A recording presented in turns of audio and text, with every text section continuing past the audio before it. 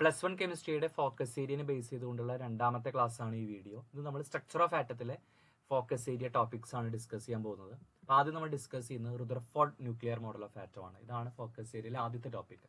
അപ്പോൾ റുദർഫോർഡ് ഒരു atom model ഉണ്ടാക്കിയിട്ടുണ്ട്. അദ്ദേഹം ഒരു ആറ്റം മോഡൽ ഡിസ്കവർ ചെയ്തിട്ടുണ്ട്. അദ്ദേഹം അതിന് വേണ്ടിയിട്ട് യൂസ് ചെയ്തതാണ് ആൽഫ പാർട്ടിക്കിൾ സ്കാറ്ററിംഗ് എക്സ്പെരിമെന്റ്. അദ്ദേഹം എന്താ ചെയ്തത് വെച്ച് കഴിഞ്ഞാൽ ഒരു ആൽഫ പാർട്ടിക്കിളിന്റെ സോഴ്സ്, അതായത് ആൽഫ പാർട്ടിക്കിൾ എന്ന് പറയുന്നത് നമ്മുടെ ഹീലിയം ന്യൂക്ലിയസിനോട് ഈക്വൽ ആണ്. അതായത് ഒരു പോസിറ്റീവ് ചാർജ് ഉള്ള ഒരാളാണ് ഈ ആൽഫ പാർട്ടിക്കിൾസ്. ഓക്കെ, അപ്പൊ ആൽഫ പാർട്ടിക്കിൾസ് സാധാരണയായിട്ട് റേഡിയോ ആക്റ്റീവ് ആയിട്ടുള്ള സബ്സ്റ്റൻസുകളാണ് പ്രൊഡ്യൂസ് ചെയ്യുക. അത്തരത്തിലുള്ള ഒരു ആൽഫ പാർട്ടിക്കിളിന്റെ സോഴ്സ് അവിടെ നിന്ന് ആൽഫ പാർട്ടിക്കിൾസ് എമിറ്റ് ചെയ്യുന്നുണ്ട്. അതൊരു ഗോൾഡ് ഫോയിലൂടെ കടത്തിവിട്ടു. ഇതാണ് അവിടെ നടത്തിയത്. ഓക്കെ, അങ്ങനെ നടത്തിയപ്പോൾ അദ്ദേഹത്തിന് കുറെ കാര്യങ്ങൾ അവിടെ നിന്ന് മനസ്സിലായി. അത് അദ്ദേഹത്തിന്റെ ഒബ്സർവേഷൻസ് ആയിട്ട് നമുക്ക് നോട്ട് ചെയ്യണം. ഓക്കെ, എന്തൊക്കെയാണ് അദ്ദേഹത്തിന്റെ ഒബ്സർവേഷൻസ്? അദ്ദേഹം കണ്ട കാര്യം, ഈ കടത്തിവിട്ട ആൽഫ പാർട്ടിക്കിൾസിലെ മോസ്റ്റ് ഓഫ് ദി ആൽഫ പാർട്ടിക്കിൾസും എന്ത് ചെയ്തിട്ടുണ്ട്, ഈ ഗോൾഡ് ഫോയിലൂടെ ഒരു ഡീവിയേഷനും ഇല്ലാതെ കടന്നുപോയി. നമുക്ക് ഇവിടെ കാണാൻ സാധിക്കും. ഇതുപോലെ നേരെ കടന്നു പോകുന്നു, ഡീവിയേഷൻ ഒന്നും ഇല്ലാതെ കടന്നു പോകുന്നു അല്ലെ. ഇനി വളരെ കുറച്ച് ആൽഫ പാർട്ടിക്കിൾസ് എന്ത് ചെയ്തു, ഡിഫ്ലക്റ്റഡ് ബൈ സ്മോൾ ആംഗിൾസ്. അതായത് ഇതുപോലെ ചെറിയ ആംഗിളിൽ എന്ത് ചെയ്തു, ഡിഫ്ലക്ട് ചെയ്തിട്ടുണ്ട്. കേട്ടോ, ഇതാണ് അത് ചെറിയ ആംഗിളിൽ ഡിഫ്ലക്ട് ചെയ്തിട്ടുള്ള റേ. ഓക്കെ, ഇനി അതിലും കുറവ് alpha particles, very few alpha particles, that is means 1 in 20,000 അല്ലെ, 20,000 ആൽഫ പാർട്ടിക്കിൾ, ഒരു ആൽഫ പാർട്ടിക്കിൾ ഒക്കെ തന്നെ എന്ത് ചെയ്തു, തിരിച്ചു വന്നിട്ടുണ്ട്. കണ്ടോ, ബൗൺസ് ബാക്ക്. ഓക്കെ, അപ്പൊ ഈ മൂന്ന് ഒബ്സർവേഷൻസ് കൃത്യമായിട്ട് അറിഞ്ഞിരിക്കണം. എന്തൊക്കെയാണ് അദ്ദേഹത്തിന്റെ ഒബ്സർവേഷൻസ് എന്ന് അറിഞ്ഞിരിക്കണം. Most of the alpha particles pass to the gold foil without any deviation. And second one, a small fraction of the alpha particles was deflected by small angles. A very few alpha particles bounced back. That is, were deflected by nearly 180 degree. ഇനി ഇതിൽ നിന്ന് അദ്ദേഹത്തിന് എന്തൊക്കെ കാര്യങ്ങൾ, അദ്ദേഹം കണ്ട കാര്യങ്ങളാണ്, experiment നടത്തിയപ്പോൾ കണ്ട കാര്യങ്ങളാണ്, ഒബ്സർവേഷൻസ് ആണ്. ഇവിടെ അദ്ദേഹം എന്തൊക്കെ കൺക്ലൂഷനിലാണ് എത്തിയതെന്ന് ചോദിക്കാം. അപ്പൊ കൺക്ലൂഷൻ എത്തിയത്, അദ്ദേഹത്തിന് ഓരോ ഒബ്സർവേഷനിൽ നിന്ന് അദ്ദേഹം ഓരോ കൺക്ലൂഷൻ എത്തിയിട്ടുണ്ട്. ഇപ്പൊ ഒന്നാമത്തെ അദ്ദേഹത്തിന്റെ ഒബ്സർവേഷൻ എന്തായിരുന്നു, ആൽഫ പാർട്ടിക്കിൾസ് എല്ലാവരും തന്നെ ഡീവിയേഷൻ ഇല്ലാതെ കടന്നു പോകുന്നു എന്നാണ് അല്ലെ. അപ്പൊ അതിനർത്ഥം നമുക്കറിയാം ആൽഫ പാർട്ടിക്കിളിന്റെ ചാർജ് എന്ന് പറഞ്ഞാൽ പോസിറ്റീവ് ആണ്. ഓക്കെ, നേരത്തെ പറയുണ്ടായി ഹീലിയം ന്യൂക്ലിയസിനോട് ഈക്വൽ ആണെന്ന് പറഞ്ഞു അല്ലെ. അപ്പൊ ഈ ഗോൾഡ് ഫോയിൽ തൽക്കാലം നമ്മൾ ഒരു വളരെ തിന്നായിട്ടുള്ള ഒരു ഗോൾഡ് ഫോയിൽ ആണ്. അപ്പൊ അതൊരു ആറ്റത്തിന്റെ പോലെ, അതിനകത്ത് ഒരുപാട് ചെറിയ ആറ്റംസ് ഉണ്ടായിരിക്കും അല്ലെ. അപ്പൊ അങ്ങനെ കൺസിഡർ ചെയ്യുമ്പോൾ ഈ പോസിറ്റീവ് ചാർജ് ഉള്ള ആള് ഒരു ഡീവിയേഷനും ഇല്ലാതെ കടന്നു പോകണമെങ്കിൽ ആ ആൽഫ പാർട്ടിക്കിൾസ് കടന്നു പോകുന്ന പാത്തിൽ എന്ത് പാടില്ല, ഒരു ചാർജും പാടില്ല അല്ലെ. എന്ന് ആലോചിച്ച് നോക്കുക, അവിടെ പോസിറ്റീവ് ചാർജ് ഉണ്ടെങ്കിൽ ഈ വരുന്ന പോസിറ്റീവ് എന്ത് ചെയ്യും, റിപ്പൽ ചെയ്ത് പോകും അല്ലെ. അതുപോലെ നെഗറ്റീവ് ചാർജ് ഉണ്ടെങ്കിൽ എന്ത് ചെയ്യണം, അവിടെ അട്രാക്ഷൻ സംഭവിക്കണം, അങ്ങോട്ട് ആ വേർഡ്സ് അങ്ങോട്ട് അട്രാക്ട് ചെയ്യണം. പക്ഷെ അങ്ങനെ ഒന്നും സംഭവിച്ചിട്ടില്ല. ഈ ആൽഫ പാർട്ടിക്കിൾസ് നേരെ കടന്നുപോയി എന്ന് പറയുന്ന അർത്ഥം എന്താണ്, നമ്മുടെ ഈ ഒരു ആറ്റത്തിന്റെ അകത്ത് ഒരുപാട് സ്ഥലം അല്ലെ, ഒരുപാട് സ്ഥലങ്ങളിൽ എന്താണ്, ചാർജ് ഒന്നുമില്ലാത്ത ഒരുപാട് സ്ഥലങ്ങളുണ്ട്. അതായത് എംപ്റ്റി സ്പേസ് ആണ്. അതാണ് ഒന്നാമത്തെ അദ്ദേഹത്തിന്റെ കൺക്ലൂഷൻ. അതായത് since most of the alpha particle pass to through the gold foil without any deviation, most of the space in an atom is empty. അതാണ് അദ്ദേഹത്തിന്റെ ഫസ്റ്റത്തെ കൺക്ലൂഷൻ. രണ്ടാമത്തെ കൺക്ലൂഷൻ എന്ന് പറഞ്ഞത്, കുറച്ച് ആൽഫ പാർട്ടിക്കിൾസ് എന്ത് ചെയ്തിട്ടുണ്ട്, ഡിഫ്ലക്ട് ചെയ്തിട്ടുണ്ട് അല്ലെ.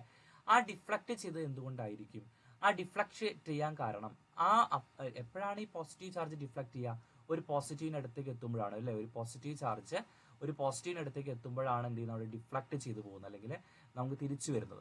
അപ്പൊ വളരെ കുറച്ച് ആൾക്കാർ മാത്രമേ എന്ത് ചെയ്തിട്ടുള്ളൂ, തിരിച്ച് വന്നിട്ടുള്ളൂ അല്ലെ. അതിനർത്ഥം ഈ ആറ്റത്തിന്റെ അകത്ത് വളരെ ചെറിയൊരു ഭാഗത്ത്, വളരെ ചെറിയൊരു പോർഷനിൽ മാത്രമേ ആരുള്ളൂ, പോസിറ്റീവ് ചാർജ് ഉള്ളൂ. അല്ലാതെ എൻറ്റയർലി ആരല്ല, പോസിറ്റീവ് അല്ല.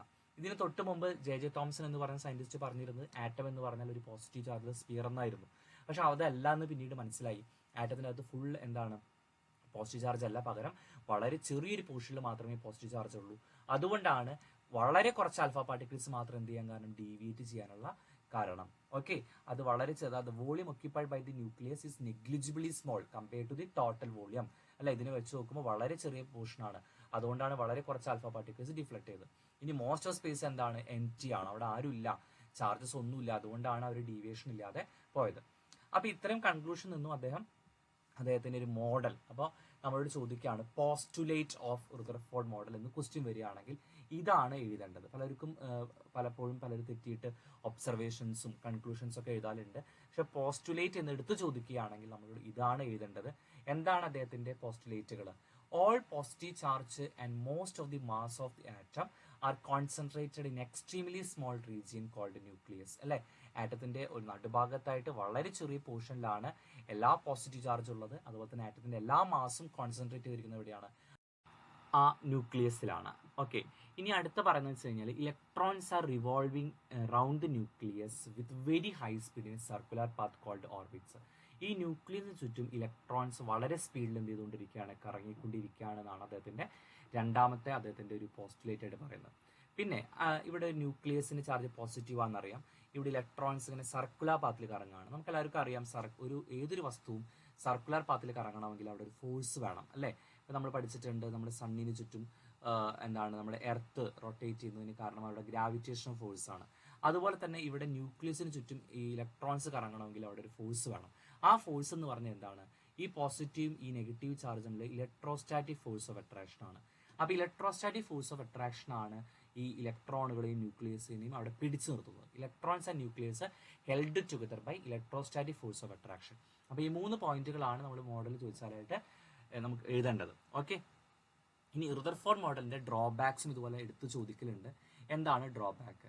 ഒന്നാമത്തെ ഡ്രോബാക്ക് ആണ് Rutherford model cannot explain the stability of atom. വളരെ ഇമ്പോർട്ടൻ്റ് ആയ ഒരു പോയിന്റ് ആണ് അത്. റുദർഫോർഡ് പറഞ്ഞ കാര്യം എന്താണെന്ന് വെച്ച് കഴിഞ്ഞാൽ ന്യൂക്ലിയസിന് ചുറ്റും ഇലക്ട്രോൺസ് കറങ്ങുകയാണെന്ന് പറഞ്ഞു. അപ്പോൾ ഒരു ആറ്റം ഉണ്ടായപ്പോൾ ഒരു ന്യൂക്ലിയസ് ഉണ്ട്, ഇലക്ട്രോൺ ഉണ്ട്.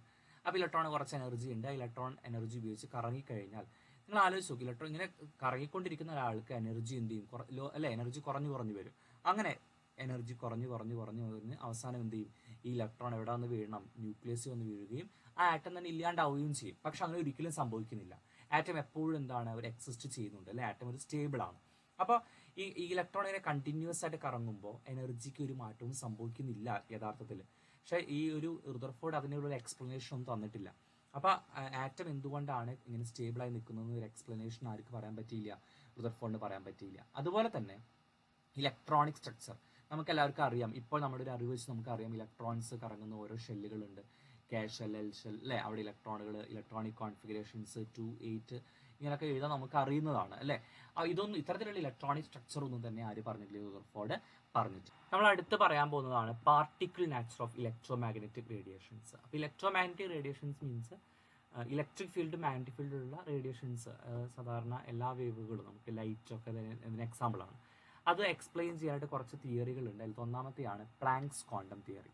ഓക്കെ, ആ പ്ലാങ്ക്സ് ക്വാണ്ടം തിയറി ഇൻട്രൊഡ്യൂസ് ചെയ്ത് മാക്സ് പ്ലാങ്ക് ആണ്. അദ്ദേഹം പറഞ്ഞിട്ടുള്ളത് atoms and molecules could emit or absorb energy not in continuous manner but discontinuously in small packets of energy called quanta or photons. അതായത് ഏതൊരു atom ആയിക്കൊള്ളട്ടെ അല്ലെങ്കിൽ molecules ആയിക്കോട്ടെ, energy emit ചെയ്യുന്നതോ അത് ഇങ്ങനെ കണ്ടിന്യൂസ് ആയിട്ടല്ല.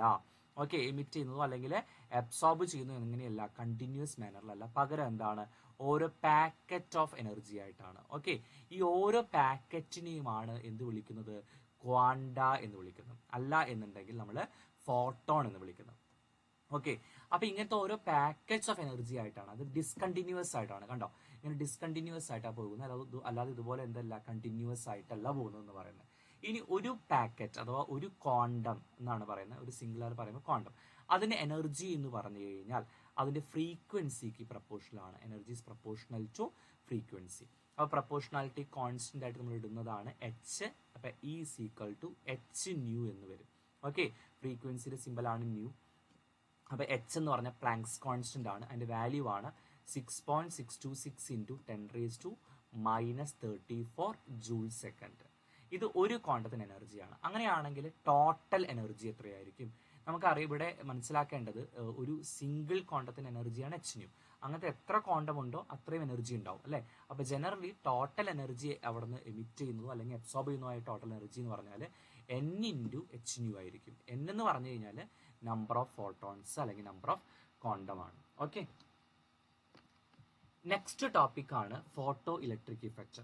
പാർട്ടിക്കിൾ നാച്ചർ ഒക്കെ എക്സ്പ്ലെയിൻ ചെയ്യുന്ന വളരെ ഇമ്പോർട്ടൻ്റ് ആയ ഒരു പ്രോപ്പർട്ടിയാണ് ഫോട്ടോ ഇലക്ട്രിക് ഇഫക്റ്റ്. ഈ ഫോട്ടോ ഇലക്ട്രിക് ഇഫക്റ്റ് എന്ന് പറഞ്ഞു കഴിഞ്ഞാൽ നിങ്ങൾക്ക് ഇവിടെ ഈ ഒരു ഫിഗറിൽ കാണാൻ സാധിക്കുന്നുണ്ട്, അല്ലേ? ഒരു മെറ്റലിന്റെ മേലേക്ക് നമ്മൾ എന്ത് ചെയ്യുന്നു? ഒരു ലൈറ്റ് വന്ന് തട്ടുന്നു. ആ ലൈറ്റ് വന്ന് തട്ടുന്ന സമയത്ത് അവിടുന്ന് ഇലക്ട്രോൺസ് എന്ത് ചെയ്യുന്നു? എമിറ്റ് ചെയ്തു പോകുന്നു. യെസ്, ഈ ഫിനോമിനൻ തന്നെയാണ് ഫോട്ടോ ഇലക്ട്രിക് ഇഫക്റ്റ് എന്ന് പറയുന്നത്. നമുക്കത് കറക്റ്റ് ഡെഫിനിഷനായി പറയാം. It is a phenomenon of ejection of electrons by certain metals. Okay, ചില മെറ്റലുകളുടെ മേലെ നിന്ന് ഇലക്ട്രോൺസ് തെറിച്ചു പോകുന്നു.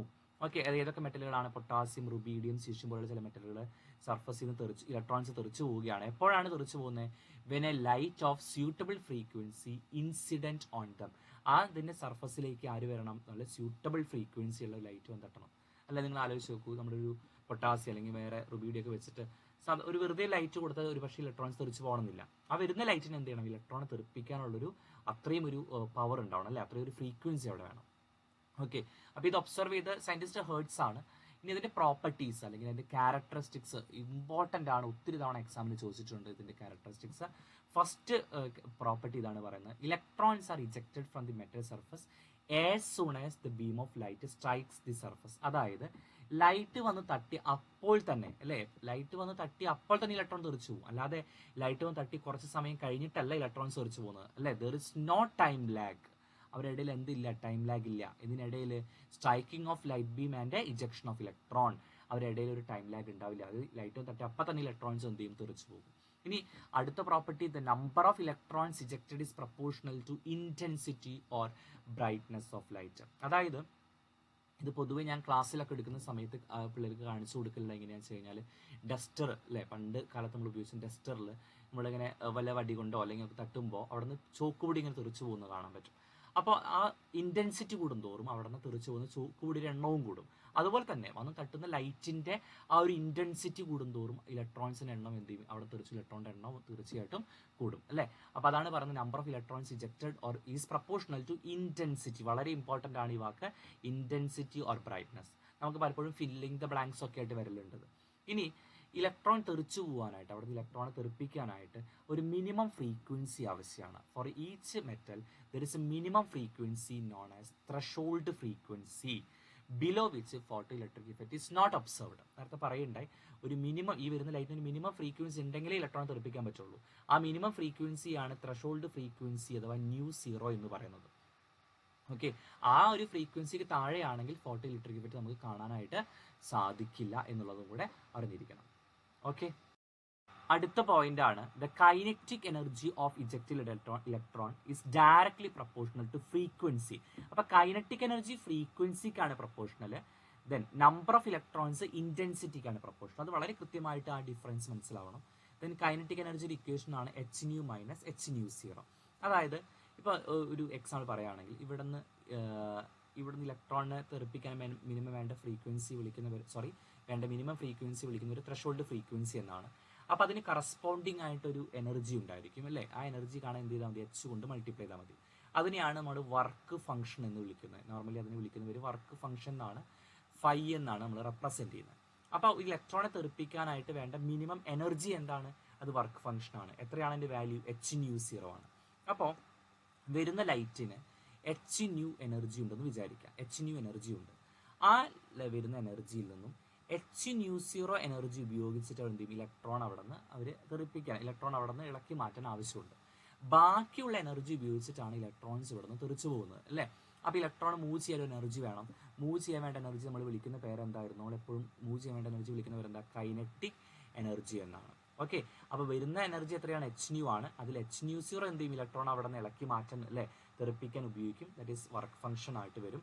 ബാക്കി എനർജി കൈനറ്റിക് എനർജിയാവും. അപ്പോൾ നമുക്ക് കൈനറ്റിക് എനർജി ഇക്വേഷൻ എങ്ങനെ പറയാം? hν minus hν0. അപ്പോൾ h കോമണെ പുറത്തെടുത്താൽ ν മൈനസ് µ0. എന്താണ് ന്യൂ? ആ ഫ്രീക്വൻസി ഓഫ് ലൈറ്റ്, അല്ലേ, ഫ്രീക്വൻസി ഓഫ് ഇൻസിഡന്റ് ലൈറ്റ് ആണ്. µ0 എന്ന് വെച്ചാൽ എന്താണ്? ത്രഷോൾഡ് ഫ്രീക്വൻസി ആണ്. ഇത് രണ്ടും കൃത്യമായിട്ട് അറിഞ്ഞിരിക്കണം. ഓക്കെ, നമുക്കിതുമായി ബന്ധപ്പെട്ട പ്രോബ്ലം ഒന്ന് നോക്കാം. ഇതാണ് ഒരു പ്രോബ്ലം എക്സാമിന് ചോദിച്ചതാണ്. ഇതുപോലത്തെ ഒരുപാട് പ്രോബ്ലംസ് എക്സാമിന് വന്നിട്ടുണ്ട്. The threshold frequency of a metal is 7 × 10⁻14 second raise to minus 1. Second raise to minus 1 പകരമായിട്ട് ഫ്രീക്വൻസി ഹേർട്സ് എന്നും പറയാം, കേട്ടോ. ഇനി calculate the kinetic energy of emitted electron when the radiation of frequency 1 × 10⁻15 per second hits the metal. Okay, അപ്പോൾ പലപ്പോഴും ഈ kinetic energy കാണുമ്പോൾ പലർക്കും ഡൗട്ടാണ്, ½ mv²ലേക്കൊക്കെ പോകലുണ്ട്. അപ്പോൾ മനസ്സിലാക്കേണ്ടത് ഇതൊരു ഫോട്ടോ ഇലക്ട്രോൺ ആണ്. ഒരു മെറ്റലിന്റെ മേലേക്ക് ലൈറ്റും തട്ടുമ്പോൾ തെറിച്ചു പോകുന്ന ഇലക്ട്രോണിന്റെ കൈനറ്റിക് എനർജിയാണ് ചോദിച്ചിരിക്കുന്നത്. അപ്പോൾ അവിടെ ഇക്വേഷനിൽ മാറ്റമുണ്ട്. എന്താണ് equation? Kinetic എനർജിയിലെ hν minus hν0 അഥവാ h × ν മൈനസ് µ0, അല്ലേ? ന്യൂ എന്ന് വെച്ചാൽ എന്താണ്? ഇൻസിഡന്റ് ലൈറ്റിന്റെ ഫ്രീക്വൻസിയാണ്. അത് എത്രയാണ് പറഞ്ഞിരിക്കുന്നത്? ഇത് അവിടെ പറഞ്ഞിട്ടുണ്ട് 1 × 10⁻15. അല്ലേ? ഈ ത്രഷോൾഡ് ഫ്രീക്വൻസി എത്ര? 7 × 10⁻14 സെക്കൻഡ് റേസ് ടു -1 ആണ്. അപ്പോൾ അതിവിടെ കൊടുക്കാം. എച്ചിൻ്റെ വാല്യൂ നമുക്ക് അറിയാമല്ലോ, അത് പ്ലാങ്ക്സ് കോൺസ്റ്റന്റ് ആണ്, 6.626 × 10⁻34. അപ്പോൾ നമ്മൾ സബ്സ്റ്റിറ്റ്യൂട്ട് ചെയ്ത് കൊടുത്താൽ നമുക്ക് ആൻസർ കിട്ടും. അപ്പോൾ ഇത്തരത്തിലുള്ള പ്രോബ്ലംസ് നമുക്ക് എക്സ്പെക്ട് ചെയ്യാവുന്നതാണ്. അടുത്ത ടോപ്പിക്കാണ് ലൈൻ സ്പെക്ട്രം ഓഫ് ഹൈഡ്രജൻ. അതായത് നമ്മളൊരു ഡിസ്ചാർജ് ട്യൂബിലൂടെ ഹൈഡ്രജൻ നിറച്ചുള്ള ഡിസ്ചാർജ് ട്യൂബൊക്കെ നിങ്ങൾക്ക് അറിയാമെന്ന് വിചാരിക്കുന്നു. ആനോഡും കാഥോഡൊക്കെയുള്ള അല്ലേ, ഇതിൻ്റെ അകത്തുകൂടെ ഹൈഡ്രജൻ നിറച്ചിട്ടുണ്ട്. അങ്ങനെ ഇതിലൂടെ നമ്മൾ എന്ത് ചെയ്യുന്നു, ഒരു ഇലക്ട്രിക് ഡിസ്ചാർജ്, നമ്മളൊരു തൽക്കാലം കറണ്ട് പാസ് ചെയ്യുന്നു വിചാരിക്കാം. ഓക്കെ, അങ്ങനെ ആ സമയത്ത് നമ്മൾ അവിടെ നിന്ന് നോക്കുമ്പോൾ നമ്മൾ എക്സ്പെക്ട് ചെയ്യുന്നത്, ഇത് നടത്തിയ സമയത്ത് ബോറാണ് ഈ എക്സ്പെരിമെന്റ് കണ്ടക്ട് ചെയ്തത്. അപ്പോൾ അദ്ദേഹം വിചാരിച്ച കാര്യം, ഇതിനകത്ത് ഹൈഡ്രജൻ ഗ്യാസ് മാത്രമാണ് ഉള്ളത് അല്ലേ, മാത്രമല്ല ഹൈഡ്രജൻ ആറ്റം എടുക്കുമ്പോൾ അവിടെ ഒരു ഇലക്ട്രോണേ ഉള്ളൂ. അപ്പോൾ അങ്ങനെയാണെങ്കിൽ ഇവിടെ നിന്ന് ഒരു ടൈപ്പ് റേഡിയേഷൻസ് ആണ് ഇതിനകത്ത് നിന്ന് പുറത്ത് വരണം എന്നാണ് എക്സ്പെക്ട് ചെയ്തത്. പക്ഷേ അദ്ദേഹത്തെ ഞെട്ടിച്ചുകൊണ്ട് അവിടെ അദ്ദേഹം കണ്ട കാര്യം എന്ന് പറഞ്ഞു കഴിഞ്ഞാൽ ഒരുപാട് റേകൾ അവിടെ പുറത്തു വരുന്നതായി കണ്ടു. ഓക്കെ, അത് എന്താണ് അങ്ങനെ സംഭവിക്കാൻ കാരണം എന്ന് വെച്ച് കഴിഞ്ഞാൽ ഇലക്ട്രോൺ ആണ്. ഇലക്ട്രോൺ അറിയാം, നോർമലി ഹൈഡ്രജൻ്റെ അകത്ത് ഇലക്ട്രോൺ ഉള്ളത് നോർമൽ ഈ ഗ്രൗണ്ട് ലെവലാണുള്ളത് അല്ലേ. അപ്പോൾ നമ്മൾ ഇലക്ട്രിക് ഡിസ്ചാർജ് കൊടുക്കുന്നുണ്ട്, അപ്പോൾ എനർജി കിട്ടും. എനർജി കിട്ടിക്കഴിഞ്ഞാൽ ഇവരെന്ത് ചെയ്യും, നേരെ ഏതെങ്കിലും ഒരു ഹയർ സ്റ്റേറ്റ് പോകും. അവിടെ ഇഷ്ടം പോലെ ഹയർ ലെവലുകളുണ്ട്, എനർജി ലെവലുകളുണ്ട്. അവിടെ പോയിട്ട് പിന്നെ എന്ത് ചെയ്യും, അവിടെ അധികം നമുക്കറിയാം എനർജി കൂടിയ സ്ഥലങ്ങളിൽ ഒരിക്കലും സ്റ്റേബിൾ അല്ല. ഇലക്ട്രോൺ എന്ത് ചെയ്യും, കുറച്ച് കഴിയുമ്പോൾ അവിടെ നിന്ന് തിരിച്ച് ഗ്രൗണ്ടിലേക്ക് തന്നെ വരും അല്ലേ. അപ്പോൾ അങ്ങനെ വരുന്ന സമയത്ത് ഇപ്പോൾ ഒരു എക്സാമ്പിൾ പറയുകയാണെങ്കിൽ, ഇപ്പോൾ 7ൽ പോയ ഒരു ഇലക്ട്രോണിന് വേണമെങ്കിൽ എന്ത് ചെയ്യാം, അടുത്ത സ്റ്റെപ്പ് അത് വേണമെങ്കിൽ 5ൽ വന്നിട്ട് അല്ലേ, ഈ 7ൽ നിന്ന് എവിടേക്ക് വരാം, 5ലോ അല്ലെങ്കിൽ 4, അവിടെ നിന്ന് 7ൽ നിന്ന് 5ൽ വന്ന് പിന്നെ 5ൽ നിന്ന് 4ൽ വന്നിട്ട് അങ്ങനെ വരാം. അപ്പോൾ അതിനിടയിൽ ഒരുപാട് ട്രാൻസിഷൻസ് പോസിബിൾ ആണ് അല്ലേ. അപ്പോൾ ഇലക്ട്രോൺ അവസാനം എല്ലാം എവിടേക്ക് എത്തും, അവസാനം ഗ്രൗണ്ടിലേക്ക് തന്നെ തിരിച്ചെത്തും. അപ്പോൾ ഇതിനിടയിൽ ഒരുപാട് ട്രാൻസിഷൻസ് പോസിബിൾ ആണ്. ആ ട്രാൻസിഷൻസ് എല്ലാം തന്നെ നമ്മൾ എന്തായിട്ട് കാണുന്ന ഒരു റേഡിയേഷൻസ് ആയിട്ട് നമുക്ക് പുറത്തേക്ക് എമിറ്റ് ചെയ്തുകൊണ്ടിരിക്കും. അത്തരത്തിൽ പ്രധാനപ്പെട്ട 5 നമുക്ക് ലൈനുകളാണ് അറിയേണ്ടത്. ഒരു സ്പെക്ട്രം എന്ന് പറഞ്ഞാൽ അതിന് മുമ്പ് സ്പെക്ട്രം എന്താണെന്ന് അറിയണം. ഒരുപാട് ഫ്രീക്വൻസികൾ ഒരുമിച്ച് ചേർത്ത് വെച്ച് വിളിക്കുന്നവരാണ് സ്പെക്ട്രം. ഓക്കെ, അപ്പോൾ ഹൈഡ്രജൻ സ്പെക്ട്രം എന്ന് പറയുമ്പോഴത്തേക്ക് അവിടെ നമുക്ക് മെയിനായിട്ട് 5 സീരീസുകളാണ് കാണാൻ സാധിക്കുന്നത്. Lyman series, Balmer series, passion series, bracket series and fun series. അതായത് ഇലക്ട്രോൺ നേരിട്ടിട്ട് തന്നെ 1ലേക്ക് വരാനിരിക്കുക. നേരത്തെ ഹയർ ലെവലിൽ പോയി പിന്നെ നേരിട്ടിട്ട് 1ലേക്ക് വരുന്നു അല്ലേ. ആ സീരീസിനെ വിളിക്കുന്നവരാണ് ലൈമാൻ സീരീസ് എന്ന് പറഞ്ഞു കഴിഞ്ഞാൽ. ഇനി അത് ഇലക്ട്രോൺ വേണമെങ്കിൽ എന്ത് ചെയ്യാം, സെക്കൻഡ് സീരീസിൽ വന്നിട്ട് പിന്നെ വരാമല്ലോ. അപ്പോൾ സെക്കൻഡ് ലൈനിലേക്കാണ് വരുന്നത് എങ്കിൽ അതിന് വിളിക്കുന്നവരാണ് ബാൾമർ. തേർഡിലേക്ക് വരുന്ന കേസ് വിളിക്കുന്നവരാണ് പാഷൻ. 4ലേക്ക് വരുന്ന കേസ് വിളിക്കുന്നവരാണ് ബ്രാക്കറ്റ്. ദെൻ 5ലേക്ക് വരുന്ന കേസ് വിളിക്കുന്നവരാണ് ഫൺ സീരീസ്. അങ്ങനെ 5 സീരീസുകൾ നമുക്കുണ്ട്. ഇലക്ട്രോൺ ഈ ഒരു ട്രാൻസിഷൻ ഇപ്പം ഇവിടെ 5ലേക്ക് വന്നാലും അത് പിന്നീട് എന്ത് ചെയ്യും, ലോവർ ലെവലിൽ പോയി എവിടേക്ക് തന്നെ എത്തും, ലാസ്റ്റ് 1ലേക്ക് തന്നെ എത്തും എന്നുള്ളത് കൂടെ മനസ്സിലാക്കാം. ഇനി നമുക്ക് ഇവിടെ നിന്ന് വേവ് നമ്പർ കാണാനായിട്ട് ഇക്വേഷൻ, പലപ്പോഴും wave number represent simple nu bar എന്നുള്ളതാണ്. It is a reciprocal of wavelength. അത് കാണുന്ന ഒരു ഇക്വേഷൻ ഉണ്ട്, that is called Rydberg equation. ഇത് വെച്ച് പ്രോബ്ലം വരാറുണ്ട്. വേവ് നമ്പർ കാണാനുള്ള ഇക്വേഷൻ ഇതാണ്, RH × 1/n1² - 1/n2². RH എന്ന് പറഞ്ഞ റിഡ്ബർഗ് കോൺസ്റ്റന്റ് ആണ്, വാല്യൂ 109.677 എന്നുള്ളതാണ്. ഇനി എന്താണ് n1 n2? ഇലക്ട്രോണിന്റെ ട്രാൻസിഷൻ, അതായത് ഇലക്ട്രോൺ ലോവർ ലെവൽ n1ഉം ഹയർ ലെവൽ n2. അപ്പോൾ n2ൽ നിന്ന് n1ലേക്ക് വരുന്നു. അപ്പോൾ നമുക്ക് ക്വസ്റ്റ്യനിൽ പറയും എന്താണ് ഹയർ ലെവൽ ഏതാണ്, അല്ലെങ്കിൽ എന്താണ് n1 ഏതാണെന്നൊക്കെ ക്വസ്റ്റ്യനിൽ പറയും. അപ്പോൾ അതിനനുസരിച്ച് ഇവിടെ സബ്സ്റ്റിറ്റ്യൂട്ട് കൊടുത്താൽ മതി. ഓക്കെ, അപ്പോൾ നമുക്ക് വേവ് നമ്പർ കിട്ടും. ഇനി വേവ് ലെങ്ത് ആണ് ചോദിക്കുന്നതെങ്കിൽ നമ്മൾ എന്ത് ചെയ്യണം, അതിൻ്റെ റെസിപ്രോക്കൽ എടുക്കണം. കിട്ടുന്ന ആൻസറിന് റെസിപ്രോക്കൽ എടുക്കണം. നമുക്കൊന്ന് നോക്കാം അതെങ്ങനെയാണ് വരിക എന്നുള്ളത്. ഒരു പ്രോബ്ലം അതിന് മുമ്പായിട്ട് ഈ ഒരു സീരീസിനെ നമ്മളൊരു ജസ്റ്റ് ഇവിടെ കാണിച്ചിട്ടുണ്ട്. ഇപ്പോൾ ലൈമാൻ സീരീസ് ആണെങ്കിൽ ഇലക്ട്രോൺ വരുന്നത് എവിടേക്കാണ്, n1 എപ്പോഴും എന്തായിരിക്കും, 1 ആയിരിക്കും അല്ലേ. ഇലക്ട്രോൺ വരുന്നത് എപ്പോഴും എവിടേക്കാണ്, ഒന്നാമത്തെ ലൈനിലേക്കാണ്. അപ്പോൾ n1 1 ആണ്. ഇനി എവിടെ നിന്നൊക്കെ ഇലക്ട്രോൺ വരാം, 1ലേക്ക് എവിടെ നിന്നൊക്കെ ഇലക്ട്രോൺ വരാം, സെക്കൻഡ് ലൈനിൽ നിന്ന് വരാം, തേർഡിൽ നിന്ന് വരാം, സെക്കൻഡ് ഷെല്ലിൽ. ഇതൊരു എനർജി ലെവലുകളാണ് കേട്ടോ.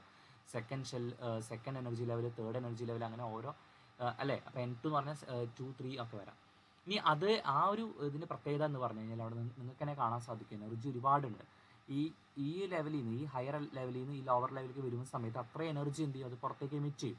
ഓക്കെ, എന്ന് പറഞ്ഞാൽ ഇവിടെ വളരെ അധികം എനർജി പുറത്ത് വരുന്നുണ്ട്. അപ്പോൾ ഇത് എന്ന് പറഞ്ഞാൽ നമ്മുടെ അൾട്രാ വയലറ്റിനോട് ഈക്വൽ ആണ്. അടുത്ത ബാൾമറിലേക്ക് വരുമ്പോൾ എനർജി കുറച്ചും കൂടെ കുറവാണ് അല്ലേ, ഇത്രയും ഡിഫറൻസ് ആണ് പുറത്ത് വിടുന്നുള്ളൂ. അപ്പോൾ അത് എന്താണ്, നമ്മുടെ വിസിബിൾ ലൈറ്റിനോടാണ് ഈക്വൽ. പിന്നെ അതിന് ശേഷമുള്ള പാഷനും ബ്രാക്കറ്റും ഫണ്ടൊക്കെ കുറച്ചുകൂടി എനർജി കുറവാണ്, അത് നമ്മുടെ ഇൻഫ്രാറെഡിനോടാണ് ഈക്വൽ. ഓക്കെ, അതിൽ തന്നെ ഇൻഫ്രാറെഡിൽ തന്നെ വരുന്ന നിയർ ഇൻഫ്രാറെഡ് അങ്ങനത്തെ ക്ലാസിഫിക്കേഷൻസ് വരുന്നുണ്ട്, നമുക്ക് അറിയണമെന്നില്ല. നമുക്ക് അറിഞ്ഞിരിക്കേണ്ടതിൽ വിസിബിൾ ആയ ഒരാൾ ആര് മാത്രമാണ്, ബാൾമർ ആണെന്ന് മാത്രം അറിഞ്ഞിരിക്കാം. പിന്നെ ഓരോന്നിൻ്റെ സീരീസിനും കറസ്പോണ്ടിങ് N1 വാല്യൂസും അറിഞ്ഞിരിക്കണം. ഓക്കെ, ഹൈഡ്രജൻ സ്പെക്ട്രം വെച്ചുകൊണ്ടുള്ള ഒരു ക്വസ്റ്റ്യൻ നമുക്ക് നോക്കാം. അതായത് calculate the wave length of the first line in Lyman series of the hydrogen spectrum. ഒരു ഇമ്പോർട്ടൻ്റ് ആയ ക്വസ്റ്റ്യൻ ആണ്. ഇവിടെ നമ്മളോട് എടുത്ത് പറഞ്ഞിട്ടുള്ള ഒരു കാര്യം ഇതാണ്, first line in the Lyman series എന്നാണ്. അപ്പോൾ നമ്മൾ നേരത്തെ നോക്കി ലൈമാൻ സീരീസിലേക്ക് നോക്കാം. അപ്പോൾ ലൈമാൻ സീരീസിലെ ഫസ്റ്റ് ലൈൻ അല്ലേ, അപ്പോൾ ലൈമാൻ സീരീസ് എന്ന് പറഞ്ഞാൽ N1 എത്ര വരുന്നത്, N1 എന്ന് പറഞ്ഞാൽ 1 ആണ്. ഫസ്റ്റ് ലൈൻ എന്ന് പറഞ്ഞാൽ ആദ്യത്തെ ഈ ലൈനാണ്. അത് എവിടെ നിന്നാണ് വരുന്നത്, 2 നിന്നാണ് അല്ലേ, സെക്കൻഡിൽ നിന്ന് 1ലേക്കാണ് വരുന്നത്. അപ്പോൾ ശ്രദ്ധിക്കുക, ലൈമാൻ സീരീസിൽ നമുക്ക് ഇവിടെ നിന്ന് വേവ് ലെങ്ത് കാണാനൊക്കെ മുമ്പ് വേവ് നമ്പർ കാണണം. അപ്പോൾ നമുക്ക് വേണ്ടത് N1 ഉം N2 അറിയണം. ഓക്കെ, അപ്പോൾ N1 എന്ന് പറയുമ്പോൾ ലൈമാൻ സീരീസ് ആകുമ്പോൾ N1 എപ്പോഴും എന്തായിരിക്കും, 1 ആയിരിക്കും. ദെൻ N2 എന്ന് പറഞ്ഞാൽ എത്രയാണ് വരുന്നത്, ഇവിടെ ഫസ്റ്റ് ലൈൻ ആയതുകൊണ്ട് അപ്പോൾ 1ലേക്ക് വരാവുന്ന ആദ്യത്തെ ലൈൻ എവിടെ നിന്നാണ് വരുന്നത്, സെക്കൻഡിൽ നിന്നാണ്. ഇനി ഇവിടെ സെക്കൻഡ് ലൈൻ എന്ന് പറയുകയാണെങ്കിൽ ഇവിടെ എത്രയാണ്, 3 ആയേനെ അല്ലേ, അത് ഓരോ ഇതിൽ മാറിക്കൊണ്ടിരിക്കും. അപ്പോൾ ഇവിടെ നിന്ന് ഇങ്ങോട്ട് വരുന്ന കേസ്. ഓക്കെ, അപ്പോൾ നമുക്ക് N1 ഉം N2 അറിയാം എങ്കിൽ നമുക്ക് R-ൻ്റെ വാല്യൂ തന്നിട്ടുണ്ട്. അപ്പോൾ നമുക്ക് ആദ്യം വേവ് നമ്പർ കാണാം. അപ്പോൾ വേവ് നമ്പർ എന്ന് പറഞ്ഞത് നമുക്ക് ഇക്വേഷൻ എന്താ, nu bar is equal to അത് 1/λ ഇസ് ഈക്വൽ ടു എന്തായിരുന്നു ഇക്വേഷൻ, 109,677 അഥവാ RH into 1/N1² minus 1/N2² എന്നുള്ളതാണ് ഇക്വേഷൻ. ഓക്കെ, ഇക്വേഷൻ അത് എഴുതി ഇനി സബ്സ്റ്റിറ്റ്യൂട്ട്, അത്രയും സെൻറ്റിമീറ്റർ റേസ് ടു -1 കേട്ടോ. ഓക്കെ, പിന്നെ ഇവിടെ 109,677 ഇൻറ്റു 1/N1² എന്ന് പറഞ്ഞാൽ 1/1² മൈനസ് 1/ ഇവിടെ N2 പറഞ്ഞാൽ 2 ആണ്, അപ്പോൾ 2². അപ്പോൾ അത്രയും സെൻറ്റിമീറ്റർ റേസ് ടു -1. നമ്മളിത് ചെയ്ത് പോയി കഴിഞ്ഞാൽ 109,677 ഇൻറ്റു നമുക്കിത് 1 മൈനസ് 1/4 എന്ന് വരും. So that is 3/4. ഓക്കെ, ഇത്രയുമാണ് നമുക്ക് വരുന്നത്. ഇത് 1/λ ആണ്. നമ്മളോട് ചോദിച്ചുള്ള പക്ഷേ വേവ് ലെങ്ത് ആണല്ലോ. വേവ് ലെങ്ത് എന്ന് പറഞ്ഞാൽ എന്തായിരിക്കും, ഇതിന് റെസിപ്രോക്കൽ എടുത്താൽ മതി. Reciprocal that is λ is equal to, reciprocal എടുക്കുമ്പോൾ എന്ത് വരും, നമുക്ക് 4/109,677 ഇൻറ്റു 3 എന്ന് വരും. ഓക്കെ, അത്രയും സെൻറ്റിമീറ്റർ ആണ് നമുക്ക് കിട്ടുന്നത്. നമുക്ക് വേണമെങ്കിൽ ആ ഡാറ്റാസ് വരുന്നതനുസരിച്ച് പൈക്കോമീറ്ററിലേക്കോ അല്ലെങ്കിൽ മറ്റ് നാനോമീറ്ററിലേക്കോ ഒക്കെ നമുക്ക് എന്ത് ചെയ്യാൻ പറ്റും, കൺവേർട്ട് ചെയ്യാവുന്നതേ ഉള്ളൂ. ഓക്കെ, അപ്പോൾ ഇത് നമുക്ക് ചെയ്ത് കഴിയുമ്പോൾ ലാസ്റ്റ് കിട്ടുന്ന ആൻസർ എന്ന് പറഞ്ഞു കഴിഞ്ഞാൽ ഒരു 1.21 ഇൻറ്റു 10⁻⁻5 സെൻറ്റിമീറ്റർ എന്നാണ് കിട്ടുന്നത്. ഓക്കെ, അത് നമുക്ക് അഡ്ജസ്റ്റ് ഒക്കെ ചെയ്ത് വേണമെങ്കിൽ നമുക്ക് 121 നാനോമീറ്റർ എന്നൊക്കെ എഴുതാം. അത് കുഴപ്പമുള്ള കാര്യമല്ല, നമുക്ക് അത് മാറ്റി എഴുതാവുന്ന കാര്യമേ ഉള്ളൂ. അത് നിർബന്ധമുള്ള കാര്യമല്ല. സെൻറ്റിമീറ്റർ വെച്ച് അവസാനിപ്പിക്കാം. ഓക്കെ, ഇനി അതേപോലത്തെ ഒരു ക്വസ്റ്റ്യൻ ആണ്, Balmer series of the line spectrum appear in the visible region of the electromagnetic spectrum. Calculate the wave number of the second line in the Balmer series. വളരെ ഇമ്പോർട്ടൻ്റ് ആണ്.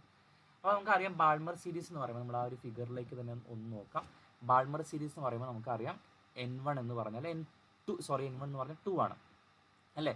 അപ്പോൾ അവിടെ നിന്ന് വരാകുന്ന നിങ്ങൾ ആ ഒരു ഫിഗർ നോക്കാം, നമുക്ക് 2 ആണ്. അപ്പോൾ 2ലേക്ക് വരാകുന്ന ആദ്യത്തെ ലൈൻ എവിടെ നിന്നാണ്, 3 എന്നാണ് വരുന്നത് അല്ലേ. സെക്കൻഡ് ലൈൻ എവിടെ നിന്നാണ് വരുന്നത്, 4 എന്നാണ് വരുന്നത്. ഓക്കെ, അപ്പോൾ മനസ്സിലാക്കണം, N1 എന്ന് പറഞ്ഞാൽ ആരാണ്, 2 ആണ്. N2 എന്ന് പറയുമ്പോൾ ആരാണ്, 4 ആണ്. ദെൻ നമ്മൾ നേരത്തെ ചെയ്ത പോലെ തന്നെ ചെയ്യാം. ഇവിടെ നമ്മളുടെ വേവ് നമ്പർ മാത്രമേ ചോദിച്ചിട്ടുള്ളൂ, വേവ് ലെങ്ത് ചോദിച്ചിട്ടില്ല. അപ്പോൾ ആ ഫസ്റ്റ് സ്റ്റെപ്പിൽ വെച്ച് നമുക്ക് അവസാനിപ്പിക്കാം. അടുത്തതാണ് Bohr model for hydrogen atom. അപ്പോൾ നമ്മൾ ഈ ഹൈഡ്രജൻ സ്പെക്ട്രം പഠിച്ചു. അപ്പോൾ അതിൽ നിന്നും മനസ്സിലായ കാര്യം, ഏതൊരു ആറ്റം എടുത്താലും അവിടെ ഒരുപാട് എനർജി ലെവൽ ഉണ്ടെന്ന് മനസ്സിലായി. അങ്ങനെ ബോർ കുറച്ച് കൺക്ലൂഷനിൽ എത്തുകയുണ്ടായി. അതാണ് നമ്മൾ Bohr model for hydrogen atom എന്ന് പഠിക്കുന്നത്. ഫസ്റ്റ് കാര്യം, നമ്മളിത് ടെക്സ്റ്റ് ബുക്കിൽ വളരെ വലുതാക്കിയിട്ടാണ് കൊടുത്തിട്ടുള്ളത്. ഇത് പഠിക്കാൻ സിമ്പിളായിട്ട് ആണ് ഇവിടെ ചെറുതാക്കിയിട്ടാണ് സെൻറ്റൻസ് കൊടുത്തിട്ടുള്ളത്. അപ്പോൾ നിങ്ങൾ ടെക്സ്റ്റ് ബുക്ക് പഠിക്കുന്നവർക്ക് അതും പഠിക്കാം കേട്ടോ. ഓക്കെ, ഇവിടെ പറയുന്നത് the electrons in an atom are revolving around the nucleus in a fixed energy level called orbits. Okay, അപ്പോൾ ഇത് നമുക്കറിയാം, ഇലക്ട്രോൺസ് ന്യൂക്ലിയസിന് ചുറ്റും കറങ്ങിക്കൊണ്ടിരിക്കുന്ന സർക്കുലർ പാത്തുകളെ വിളിക്കുന്ന പേരാണ് ഓർബിറ്റുകൾ.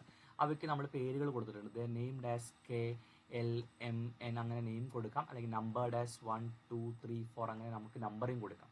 ഓക്കെ, പിന്നെ പറയുന്ന കാര്യം, the energy of an electron in orbit does not change with time. അതായത് ഈ ഒരു ഓർബിറ്റിലുള്ള അല്ലെങ്കിൽ ഈ ഒരു ഷെല്ലിലെ ഇലക്ട്രോണിൻ്റെ എനർജി ഒരിക്കലും ടൈമിനനുസരിച്ച് മാറില്ല എന്ന് പറഞ്ഞാൽ അത് കോൺസ്റ്റന്റ് ആണ്. നേരത്തെ നമ്മൾ റുദർഫോർഡ് പറഞ്ഞ ഒരു കാര്യം ഉണ്ടായിരുന്നല്ലോ, റുദർഫോർഡ് അത് പറഞ്ഞിട്ടുണ്ടായിരുന്നില്ല എനർജി. അപ്പോൾ നമ്മൾ അസ്യൂം ചെയ്ത് എനർജി കുറഞ്ഞിട്ട് അവസാനം ആറ്റം ഇല്ലാതാവാന്നുള്ള ഒരു അസംഷൻ നമുക്ക് എത്തിയിരുന്നു. പക്ഷെ ഇവിടെ അങ്ങനെ സംഭവിക്കുന്നില്ല. എനർജി എന്താണ്, കോൺസ്റ്റന്റ് ആണെന്ന് ബോർ പറഞ്ഞിട്ടുണ്ട്. ഇനി ഇലക്ട്രോൺ എന്ത് ചെയ്യാം, ഒരു ഷെല്ലിൽ നിന്ന് മറ്റൊരു ഷെല്ലിലേക്ക് പോവാം. ഇപ്പോൾ ലോവർ ലെവലുള്ള ഇലക്ട്രോൺ എന്താണ് വേണമെങ്കിൽ ഹയർ ലെവലിലേക്ക് പോവാം. പോകുമ്പോൾ എന്ത് ചെയ്യണം, എനർജി അബ്സോർബ് ചെയ്തിട്ട് വേണം പോകാനായിട്ട്, അല്ലേ? കാരണം ലോവർ ഈ ഒരു ലെവലിൽ എനർജി കുറവായിരിക്കും, കുറച്ചുകൂടെ ഹയർ ആകുമ്പോഴത്തേക്ക് എനർജി കുറച്ച് കൂടുതലായിരിക്കും. അപ്പോൾ ഈ ലോവർ ലെവലിൽ നിന്ന് ഹയറിലേക്ക് പോകുമ്പോൾ എനർജി എന്ത് ചെയ്യണം, അബ്സോർബ് ചെയ്യണം. ഇനി ഹയറിലുള്ള ഒരു ഇലക്ട്രോൺ ലോവറിലേക്ക് വരികയാണെങ്കിൽ എനർജി എന്ത് ചെയ്യണം, എനർജി റേഡിയേറ്റ് ചെയ്യണം. അപ്പോൾ energy is emitted or absorbed by an atom only when electron moves from one orbit to another. ഒരു ഓർബിറ്റിൽ നിന്ന് മറ്റു ഓർബിറ്റിലേക്ക് ഇലക്ട്രോൺ പോകുമ്പോൾ മാത്രമാണ് എനർജി എന്ത് ചെയ്യുന്നുള്ളൂ, എനർജി ചേഞ്ച് ചെയ്യുന്നുള്ളൂ. അത് ഒന്നുകിൽ അബ്സോർബ് ചെയ്യുകയോ അല്ലെങ്കിൽ എമിറ്റ് ചെയ്യുകയോ ചെയ്യും. ഇനി അടുത്ത പോയിന്റ് എന്ന് പറഞ്ഞു കഴിഞ്ഞാൽ angular momentum of electron is all number multiple of h/2π. ഇലക്ട്രോണിന്റെ ആംഗുലാർ മൊമെന്റം എന്ന് പറയുന്നത് h/2πയുടെ മൾട്ടിപ്പിൾ ആണ്. അതായത് ആംഗുലാർ മൊമെന്റത്തിന്റെ ഇക്വേഷൻ എന്ന് പറഞ്ഞാൽ mvr is equal to n into h/2π. അതായത് h/2πയുടെ ഹോൾ നമ്പർ മൾട്ടിപ്പിൾ. അത് ഫസ്റ്റ് ഷെല്ലാണെങ്കിൽ 1 ഇൻറ്റു h/2π, സെക്കൻഡ് ആണെങ്കിൽ 2 ഇൻറ്റു h/2π, അങ്ങനെ വരും. അപ്പോൾ ഈ 4 പോയിന്റുകളാണ് ബോർ മോഡലിനകത്ത് നമുക്ക് മെയിനായിട്ടും പഠിക്കേണ്ടത്. ഓക്കെ, ഇനി ബോർ മോഡലിന്റെ കുറച്ച് മെറിറ്റ്സ് ഉണ്ട്. അതായത് ബോർ മോഡലിൽ നിന്ന് നമുക്ക് മനസ്സിലായ കാര്യങ്ങളുണ്ട്. എന്തൊക്കെയാണ് ബോർ മോഡലിന്റെ മെറിറ്റ്സ്? ബോർ മോഡലിന് നമ്മൾ നേരത്തെ പറഞ്ഞതുപോലെ തന്നെ റുദർഫോർഡ് പറയാത്ത കാര്യമാണ് എന്ത്, stability. So Bohr model could explain the stability of atom. അതുപോലെ തന്നെ Bohr model could explain line Spectra of hydrogen atom. അപ്പോൾ ഹൈഡ്രജൻ ആറ്റത്തിന്റെ സ്പെക്ട്രം എക്സ്പ്ലെയിൻ ചെയ്യാൻ പറ്റി. ഒപ്പം ഹൈഡ്രജൻ ലൈക്ക് അയോൺസ്. എന്താണ് ഈ ഹൈഡ്രജൻ ലൈക്ക് അയോൺ എന്ന് പറഞ്ഞു കഴിഞ്ഞാൽ, അപ്പോൾ ഹൈഡ്രജൻ ആറ്റത്തിന്റെ പ്രത്യേകത എന്താ, അവിടെ ഒരു ഇലക്ട്രോണേ ഉള്ളൂ, അല്ലേ? അപ്പോൾ അതുപോലെ തന്നെയാണ് ഈ അയോണുകളെല്ലാം. ഹീലിയത്തിന്റെ അകത്ത് 2 ഇലക്ട്രോൺ ഉണ്ടായിരുന്നു, അത് He+ ആകുമ്പോൾ ഒരു ഇലക്ട്രോൺ പോയി, ബാക്കി ഒരു ഇലക്ട്രോൺ. ലിഥിയത്തിന്റെ അകത്ത് 3 ഇലക്ട്രോൺ ഉണ്ട്, 2+ ആകുമ്പോൾ അവിടെ 2 ഇലക്ട്രോൺ പോകുന്നു, ബാക്കി ഒരു ഇലക്ട്രോൺ, അല്ലേ? ബെറിലിയത്തിന്റെ അറ്റോമിക് നമ്പർ 4 ആണ്, അപ്പോൾ 4 ഇലക്ട്രോൺ ഉണ്ടായിരുന്നു, അവിടെ 3+ ആകുമ്പോൾ 1 ഇലക്ട്രോൺ പോകുന്നു, 3 ഇലക്ട്രോൺ പോകുന്നു, ബാക്കി ഒരു ഇലക്ട്രോൺ. അപ്പോൾ ഇവരകത്തൊക്കെ തന്നെ 1 ഇലക്ട്രോണേ ഉള്ളൂ. അപ്പോൾ ഈ ബോർ എക്സ്പ്ലെയിൻ ചെയ്ത സ്ഥലത്തിൽ 1 ഇലക്ട്രോൺ ഉള്ള ആളുകളുടെ സ്പെക്ട്രമാണ്. ഓക്കെ, അതുപോലെ തന്നെ ഈ ഒരു ബോറിന്റെ മോഡൽ ഉപയോഗിച്ചുകൊണ്ട് നമുക്ക് ഏത് ഷെല്ലിന്റെയും നമുക്ക് എനർജി കാൽക്കുലേറ്റ് ചെയ്യാം. അതിന്റെ ഇക്വേഷൻ ആണ് En = -RH × 1/n². ഇത് ഹൈഡ്രജൻ ആറ്റത്തുമാണെങ്കിൽ. ഇനി അവിടെ നമുക്ക് എന്ത് ചെയ്യാൻ പറ്റും, നമുക്ക് ഇത് വേറൊരു ആറ്റത്തിന്റെയും ഉപയോഗിക്കാം. അതിന് വേണ്ടിയിട്ട് -RH എനർജി ഇക്വേഷൻ വരുമ്പോൾ എന്ത് ചെയ്താൽ മതി, Z²/n², ആ ഇക്വേഷൻ ഉപയോഗിച്ചാൽ മതി കേട്ടോ. Z എന്ന് പറഞ്ഞാൽ അറ്റോമിക് നമ്പർ ആണ്, ദെൻ n എന്ന് പറഞ്ഞാൽ ഷെൽ നമ്പർ ആണ്. ഓരോ ഷെല്ലിനും എന്തായിരിക്കും, അവിടെ ഡിഫറെന്റ് എനർജി ആയിരിക്കും. അതുപോലെ ഓരോ ആറ്റത്തിന് അകത്തും എനർജി ഡിഫറെന്റ് ആയിരിക്കും. അപ്പോൾ നമുക്ക് എനർജി കാണാനുള്ള ഒരു ഇക്വേഷൻ നമുക്ക് കിട്ടിയിട്ടുണ്ട്. അതുപോലെ തന്നെ റേഡിയസ്, ഓരോ ഷെല്ലിന്റെയും, അല്ലെ നമുക്കറിയാലോ, ഓരോ ഷെല്ലിന്റെയും എനർജിയും ഡിഫറെന്റ് ആണ്, റേഡിയസും ഡിഫറെന്റ് ആണ്. അപ്പോൾ എനർജി കാണാനുള്ള ഇക്വേഷനും റേഡിയസ് കാണാനുള്ള ഇക്വേഷനും ഒക്കെ കണ്ടെത്തിയിട്ടുണ്ട്. അപ്പോൾ ഈ ഇക്വേഷൻ എന്ന് പറഞ്ഞു കഴിഞ്ഞാൽ 0.0529 n²/z. ഇവിടെ z എന്ന് പറഞ്ഞാൽ എന്താ, അറ്റോമിക് നമ്പർ, n എന്ന് പറഞ്ഞാൽ ഷെൽ നമ്പർ ആണ്. ഇത് അതുപോലെ തന്നെ it is also possible to calculate velocity. നമുക്ക് വെലോസിറ്റി കാൽക്കുലേറ്റ് ചെയ്യാനും ആരുകൊണ്ട് പറ്റും, ഈ ബോർ മോഡലിന്റെ അതുകൊണ്ട് നമുക്ക് സാധിക്കുന്നതാണ്. അപ്പോൾ ഇതൊക്കെയാണ് ബോർ മോഡലിന്റെ മെറിറ്റ്സ് ആയിട്ട് നമുക്ക് പഠിക്കാം. നമുക്ക് അടുത്ത ക്വസ്റ്റ്യൻ നോക്കാം. ഈ ഒരു ബോർ മോഡലുമായി ബന്ധപ്പെട്ടിട്ട് ചോദിച്ചുള്ള ക്വസ്റ്റ്യൻ ആണ്, calculate the radius of second orbit of lithium 2+ express in nanometre. അപ്പോൾ നമ്മൾ നേരത്തെ കണ്ടു, റേഡിയസ് കാണാനുള്ള ഇക്വേഷൻ എന്തായിരുന്നു, Rn = 0.0529 n²/z, അല്ലേ? അപ്പോൾ Rന്റെ ഇക്വേഷൻ അവിടെ എഴുതി വെക്കാം. എത്രയാണ് നമുക്ക് Rന്റെ ഇക്വേഷൻ നമ്മൾ നേരത്തെ കണ്ടത്, Rn = 0.0529 n²/z. എന്താണ് n-ഉം z-ഉം? n എന്ന് പറഞ്ഞാൽ ഷെൽ നമ്പർ ആണ്, അല്ലേ? അപ്പോൾ ഇവിടെ പറഞ്ഞിട്ടുള്ളത് സെക്കൻഡ് ഓർബിറ്റ് എന്നാണ്. അപ്പോൾ n എത്ര വരും, n 2 വരും. ഇനി ദെൻ z എന്ന് വെച്ചാൽ അറ്റോമിക് നമ്പർ. അപ്പോൾ ലിഥിയത്തിന്റെ അറ്റോമിക് നമ്പർ എന്ന് പറഞ്ഞാൽ എത്രയാണ്, 3 ആണ്. അപ്പോൾ ഇവിടെ സബ്സ്റ്റിറ്റ്യൂട്ട് ചെയ്ത് കൊടുക്കാം, 0.0529 ഇൻറ്റു n² എന്ന് പറഞ്ഞാൽ 2²/z 3 ആണ്. ഓക്കെ, അപ്പോൾ ഇത്രയും നമ്മൾ സബ്സ്റ്റിറ്റ്യൂട്ട് ചെയ്ത് കൊടുത്തു കഴിഞ്ഞാൽ നമുക്ക് എന്ത് കിട്ടും, റേഡിയസ്. നമുക്ക് അതിന്റെ വാല്യൂ എത്രയാണെന്ന് നിങ്ങൾ കണ്ടെത്തുക, അതിന്റെ ആൻസർ നമുക്ക് നാനോമീറ്ററിൽ അത്രയും നമുക്ക് ഒബ്റ്റെയിൻ ചെയ്യും കേട്ടോ. ഇനി നമുക്ക് നോക്കേണ്ടത് ബോർ മോഡലിന്റെ ലിമിറ്റേഷൻസ് ആണ്. അപ്പോൾ നേരത്തെ നമ്മൾ പറയുണ്ടായി, ബോർ മോഡൽ വെച്ചുകൊണ്ട് നമുക്ക് ഒരു ഇലക്ട്രോൺ ഉള്ള ആളുകളുടെ സ്പെക്ട്രം മാത്രമേ പറഞ്ഞിട്ടുള്ളൂ, അല്ലേ? ഓക്കെ, അപ്പോൾ it could not explain the spectrum of atoms other than hydrogen. അപ്പോൾ ഹൈഡ്രജനോ അല്ലെങ്കിൽ ഹൈഡ്രജൻ പോലുള്ള അയോണുകളുടെ മാത്രമേ പറഞ്ഞിട്ടുള്ളൂ, മറ്റുള്ള ആളുകളുടെ സ്പെക്ട്രം ബോർ പറഞ്ഞിട്ടില്ല. അതുപോലെ തന്നെ it could not explain fine spectrum of hydrogen. അതുപോലെ തന്നെ അടുത്ത പോയിന്റ് ആണ്, it was unable to explain the splitting of spectral lines in the presence of electric field.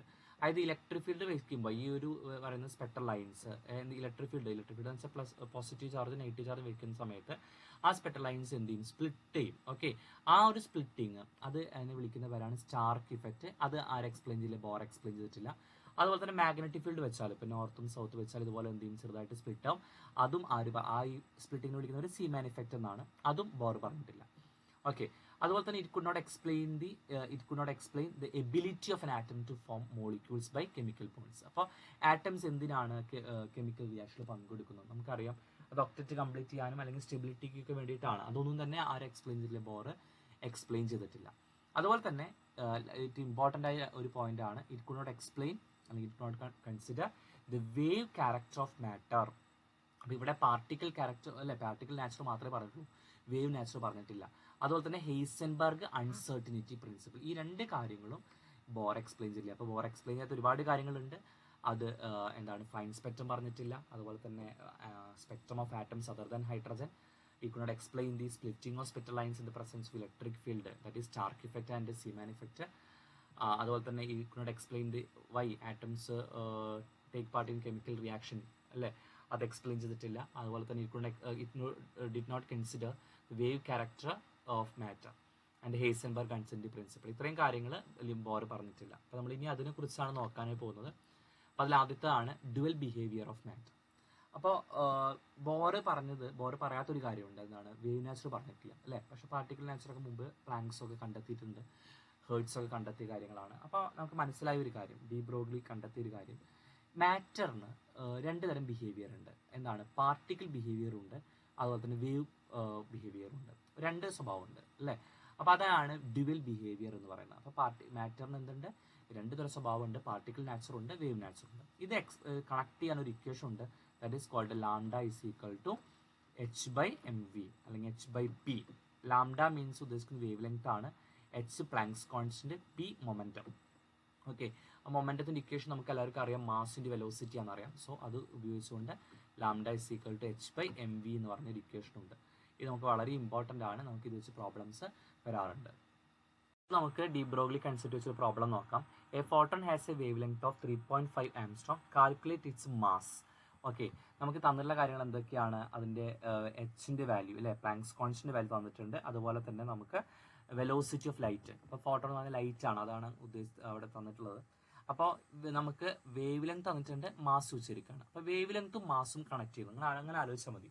Wave ലെങ്ത്തും മാസും കണക്ട് ചെയ്യുന്ന ഒരേ ഒരു റിലേഷൻ ഉള്ളൂ, അതാണ് ഡി ബ്രോഗ്ലിയുടെ equation, lambda is equal to H by M V അല്ലേ.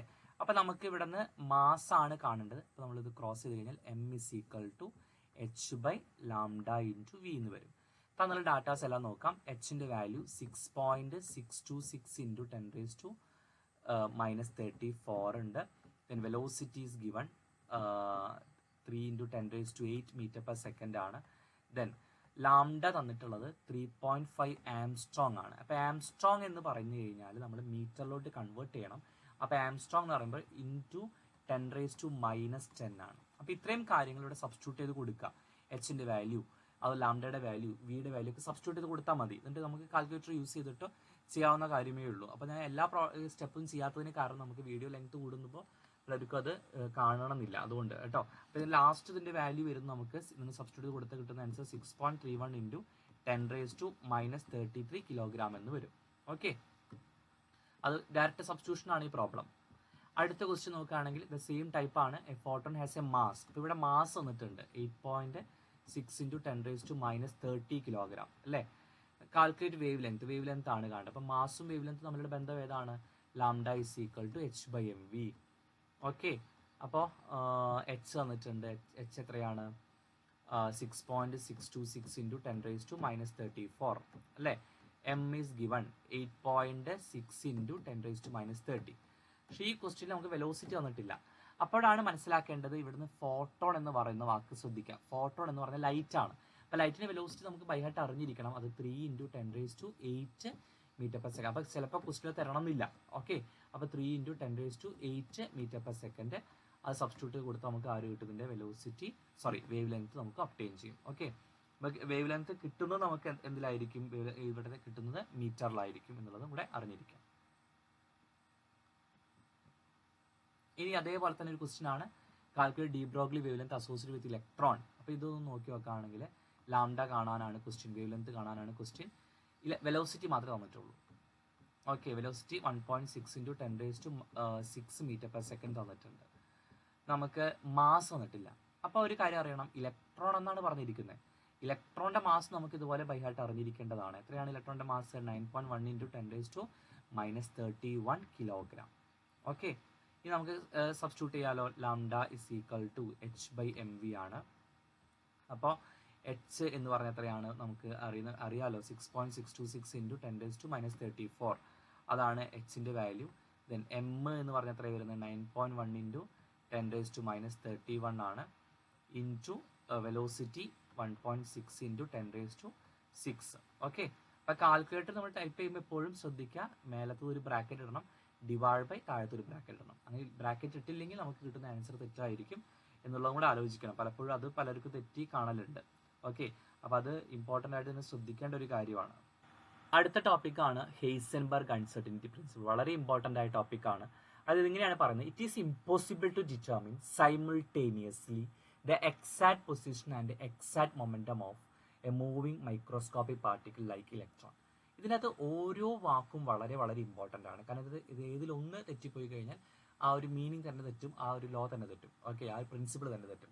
അപ്പോൾ കൃത്യമായിട്ട് അത് പഠിക്കണം. It is impossible to determine simultaneously എന്ന് പറഞ്ഞാൽ നമുക്ക് ഒരേ സമയം നമുക്ക് മെഷർ ചെയ്യാൻ സാധിക്കില്ല. എന്താണ് മെഷർ ചെയ്യാൻ സാധിക്കാത്തത്? എക്സാക്ട് പൊസിഷനും എക്സാക്ട് മൊമെന്റവും മെഷർ ചെയ്യാൻ സാധിക്കില്ല. ആരുടെ? Moving microscopic particle like electron. ഇലക്ട്രോണെ പോലെ വളരെ ചെറിയ പാർട്ടിക്കിളുകളുടെ പൊസിഷനും മൊമെന്റും ഒരേ സമയം കറക്റ്റ് ആയിട്ട് മെഷർ ചെയ്യാൻ സാധിക്കില്ല. അതാണ് അവിടെ പറയുന്നത്. ഓക്കെ, അപ്പൊ ഇലക്ട്രോണെ പോലെ മൈക്രോസ്കോപ്പിക് ആയ ആളുകളുടെ പൊസിഷനും മൊമെന്റും ഒരേ സമയം മെഷർ ചെയ്യാൻ പറ്റില്ല എന്ന് പറയുന്നില്ല. പക്ഷെ അങ്ങനെ മെഷർ ചെയ്യുമ്പോൾ അവിടെ തെറ്റുകൾ ഉണ്ടാവും, അവിടെ അത് എററുകൾ സംഭവിക്കും. ഓക്കെ, അപ്പോൾ ഒരേ സമയം ആക്യുറേറ്റ് ആയിട്ട് മെഷർ ചെയ്യാൻ പറ്റില്ല എന്നുള്ളതാണ് അവിടെ പറയുന്നത്. അതുകൊണ്ട് തന്നെ ആ സൈമിൾട്ടേനിയസ്ലി എന്ന് പറയുന്ന വാക്കും എക്സാക്ട് അല്ലെ പൊസിഷൻ മൊമെന്റ് എന്നുള്ള വാക്കൊക്കെ വളരെ വളരെ ഇമ്പോർട്ടന്റ് ആണ്. ഇനി അതുപോലെ തന്നെ മൈക്രോസ്കോപ്പിക് പാർട്ടികൾക്ക് മാത്രമേ അപ്ലിക്കബിൾ ഉള്ളൂ. മാക്രോസ്കോപ്പിക് പാർട്ടിക്കിൾ ഇപ്പൊ നമ്മളെ പോലെ വലിയ വലിയ ഒബ്ജക്റ്റുകൾക്കൊക്കെ തന്നെ ഇത് എന്ത് ചെയ്യും, നമുക്ക് പോസിബിൾ ആണ്. ഒരേ സമയം പൊസിഷനും മൊമെന്റും ഒക്കെ നമുക്ക് മെഷർ ചെയ്യാൻ സാധിക്കും. അത് ഇമ്പോർട്ടന്റ് ആണ്. ഒരിക്കൽ ചോദിച്ചിട്ടുണ്ട് ഇത് മാക്രോസ്കോപ്പിക്കിന് അപ്ലൈ ചെയ്യാൻ പറ്റുമെന്നുള്ള കാര്യത്തെക്കുറിച്ച് ഒരു കറക്റ്റ് ഓപ്ഷൻ സെലക്ട് ചെയ്യാൻ ഒരു ക്വസ്റ്റ്യൻ മുമ്പ് വന്നിട്ടുണ്ട്. അപ്പൊ ഇതിന്റെ ഒരു ഇക്വേഷൻ ഇതാണ്: delta X into delta P is greater than or equal to h/4π. Delta X എന്ന് പറഞ്ഞാൽ പൊസിഷനിൽ ഉണ്ടാവുന്ന എറർ, ഓക്കെ, അല്ലെങ്കിൽ അതിലുണ്ടാവുന്ന അൺസർട്ടിനിറ്റി എന്ന് വെച്ചാൽ അവിടെ ഉണ്ടാവുന്ന ഒരു എററാണ്. ഇനി ഡെൽറ്റ പി എന്ന് വെച്ചാൽ മൊമെന്റത്തിൽ ഉണ്ടാവുന്ന എററാണ്. അപ്പൊ ഇത് എപ്പോഴും എന്തായിരിക്കും? h/4πയേക്കാൾ വലുതായിരിക്കും എന്നാണ് പറയുന്ന ഒരു പ്രൊഡക്റ്റ്. അപ്പൊ മൊമെന്റത്തിന് പകരമായിട്ട് നമുക്ക് m ഇൻറ്റു ഡെൽറ്റ വി എന്ന് കൊടുക്കാം. ഇതാണ് പലപ്പോഴും പ്രോബ്ലം ചെയ്യാൻ നമുക്ക് ആവശ്യമുള്ളത്.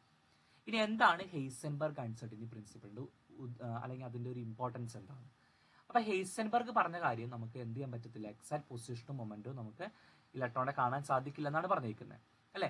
അത് എന്ത് ചെയ്യുന്നു, നമ്മൾ ബോർ പറഞ്ഞിട്ടുള്ള കൺസെപ്റ്റിനെ റൂൾ ഔട്ട് ചെയ്യുന്നു. ബോർ പറഞ്ഞത് എന്താ? ഇലക്ട്രോൺ കറങ്ങിക്കൊണ്ടിരിക്കുന്നത് ഇങ്ങനെ സർക്കുലാർ പാത്തിലൂടെയാണ് എന്ന് പറഞ്ഞിട്ടുണ്ട് അല്ലെ.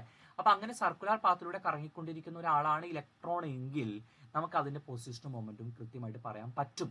ഓക്കെ, അതിനർത്ഥം അപ്പൊ ഈ ഒരു ഹെയ്സൻബർഗ് കണ്ടെത്തിയ കാര്യം എന്താ? അങ്ങനെ നമുക്ക് ഇലക്ട്രോണിന്റെ പൊസിഷനും മൊമെന്റും ആക്യുറേറ്റ് ആയി കാണാൻ പറ്റുന്നില്ല എന്ന് പറഞ്ഞ അർത്ഥം എന്താണ്? ഈ ന്യൂക്ലിയസിന് ചുറ്റും ഇലക്ട്രോൺ സർക്കുലാർ പാത്തിലല്ല കറങ്ങുന്നത്. ഇലക്ട്രോൺ ഇങ്ങനെ എന്ത് ചെയ്യുന്നു, ഏതോ ഒരു പാത്തിൽ ഇങ്ങനെ കറങ്ങുന്നുണ്ട് അല്ലെ. അതൊരിക്കലും സർക്കുലർ പാത്ത് അല്ല എന്നുള്ളതാണ്. ഇലക്ട്രോൺ കറങ്ങുന്ന പാത്ത് നമുക്ക് പ്രെഡിക്റ്റ് ചെയ്യാൻ പറ്റത്തില്ല. അങ്ങനെ ചുറ്റും കാണുന്നുണ്ട്, ഒരു കുറെ സ്ഥലങ്ങളിൽ ഇലക്ട്രോണെ കാണാൻ സാധിക്കും. അത് നമ്മൾ ഓർബിറ്റൽ എന്നൊക്കെയാണ് പറയുന്നത്. അപ്പോൾ നമ്മൾ ഇനി അടുത്ത് പഠിക്കാൻ പോകുന്നത് അതിനെക്കുറിച്ചാണ്. അടുത്ത ഹെയ്സൻബർഗ് അൺസർട്ടിനിറ്റി പ്രിൻസിപ്പിളുമായി ബന്ധപ്പെട്ടുള്ള പ്രോബ്ലം ആണ്. Calculate uncertainty in the velocity of A cricket ball of mass 130 gram if uncertainty in its position is of the order 1.2 Armstrong. അപ്പോൾ ഈ അൺസർട്ടിനിറ്റി എന്ന വാക്ക് കാണുമ്പോൾ തന്നെ മനസ്സിലാക്കണം അത് ആരാണ്? ഹെയ്സൻബർഗ് അൺസർട്ടിനിറ്റി പ്രിൻസിപ്പിൾ ഉപയോഗിച്ചാണ് ചെയ്യേണ്ടത് എന്നുള്ളത്. നേരത്തെ നമ്മൾ ഡി ബ്രോഗ്ലി പറഞ്ഞല്ലോ, വേവ് ലെങ്ത്തും മാസും തമ്മിൽ കണക്ട് ചെയ്യുന്ന പ്രോബ്ലം വരുമ്പോൾ അതാണ് അപ്ലൈ ചെയ്യേണ്ടത്. അപ്പോൾ ഇവിടെ പറഞ്ഞുള്ള മാസ് വന്നിട്ടുണ്ട്, മാസ് ഓഫ് ബോൾ വന്നിട്ടുണ്ട് എത്ര? 130 gram അല്ലേ. അപ്പോൾ ഗ്രാമിന് നമ്മൾ കിലോഗ്രാം ആക്കാൻ ഇൻറ്റു 10⁻³ ചെയ്തു. ഇനി നമുക്ക് അൺസർട്ടിനിറ്റി പൊസിഷൻ ആണ് കാണേണ്ടത് അല്ലേ.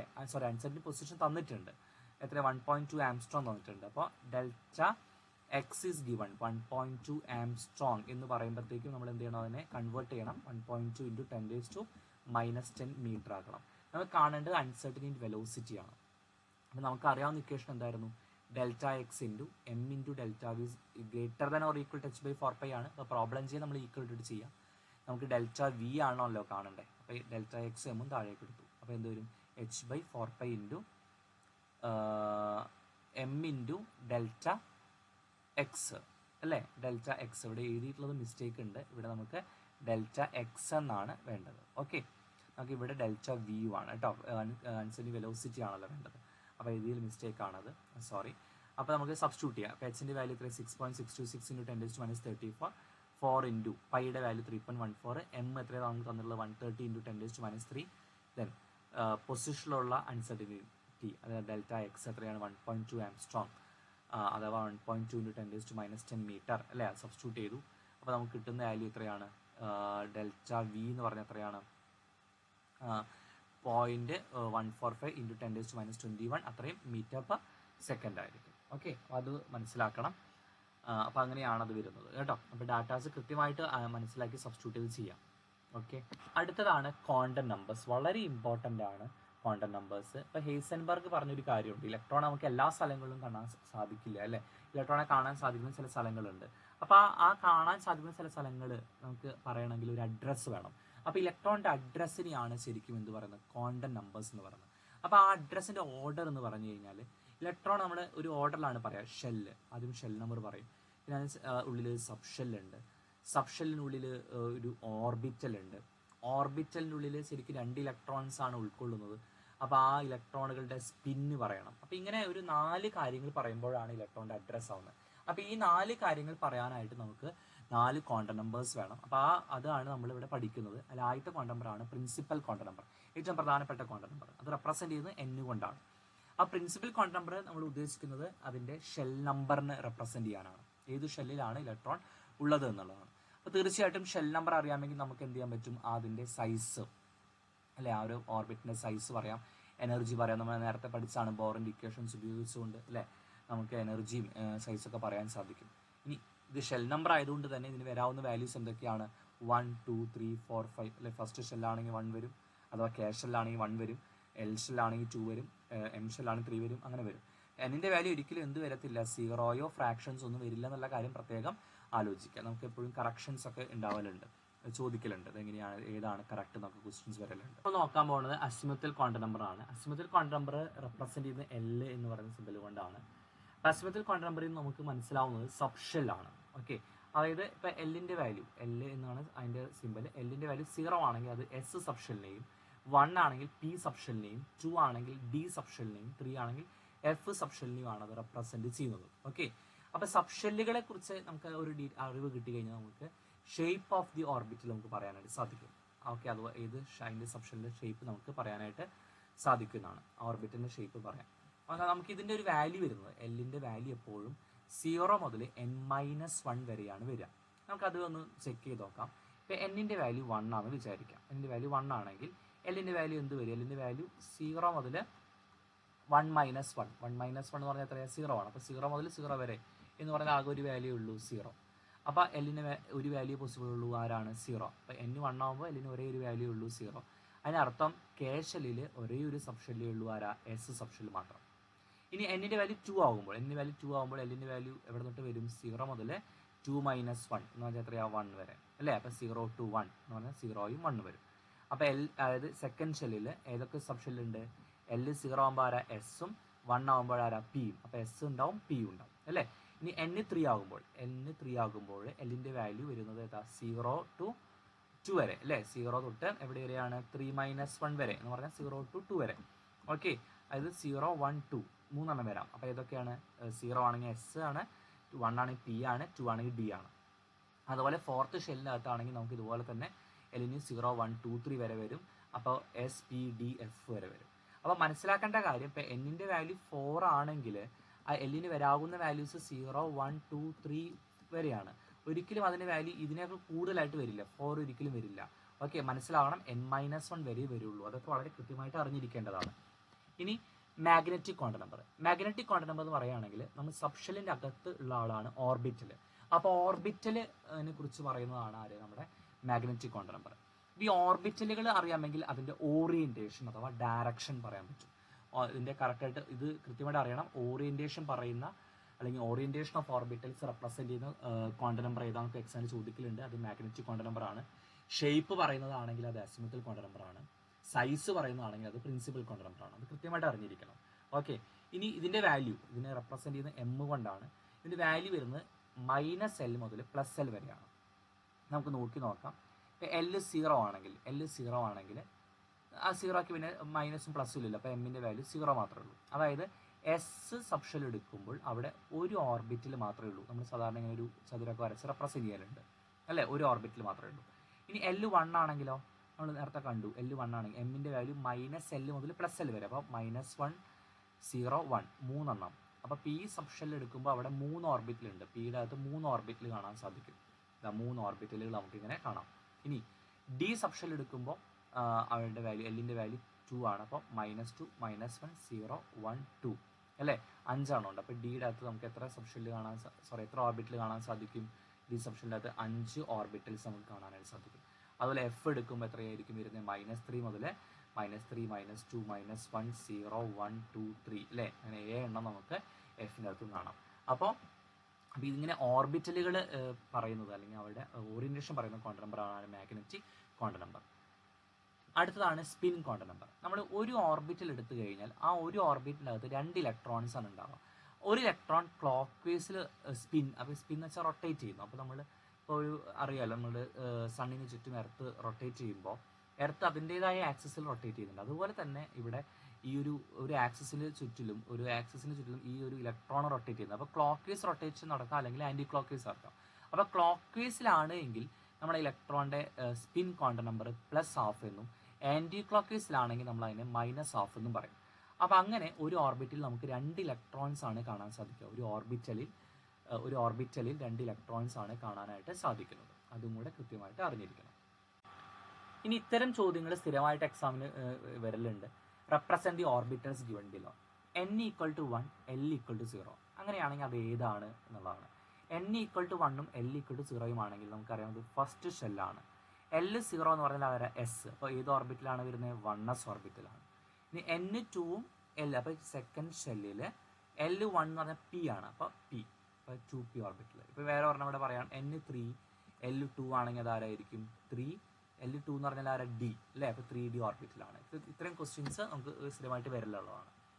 ഇനി ഇതുപോലത്തെ ക്വസ്റ്റ്യനും which of the following set of quantum numbers are not possible അല്ലാത്തത് ഏത്, അല്ലെങ്കിൽ പോസിബിൾ ആയത് ഏത് നമുക്ക് ചോദ്യം വരാം. ഓക്കെ, അപ്പോൾ നമുക്ക് നോക്കി നോക്കാം. അല്ല, ഒന്നാമത്തെ കേസ് പോസിബിൾ ആണോ നോക്കാം.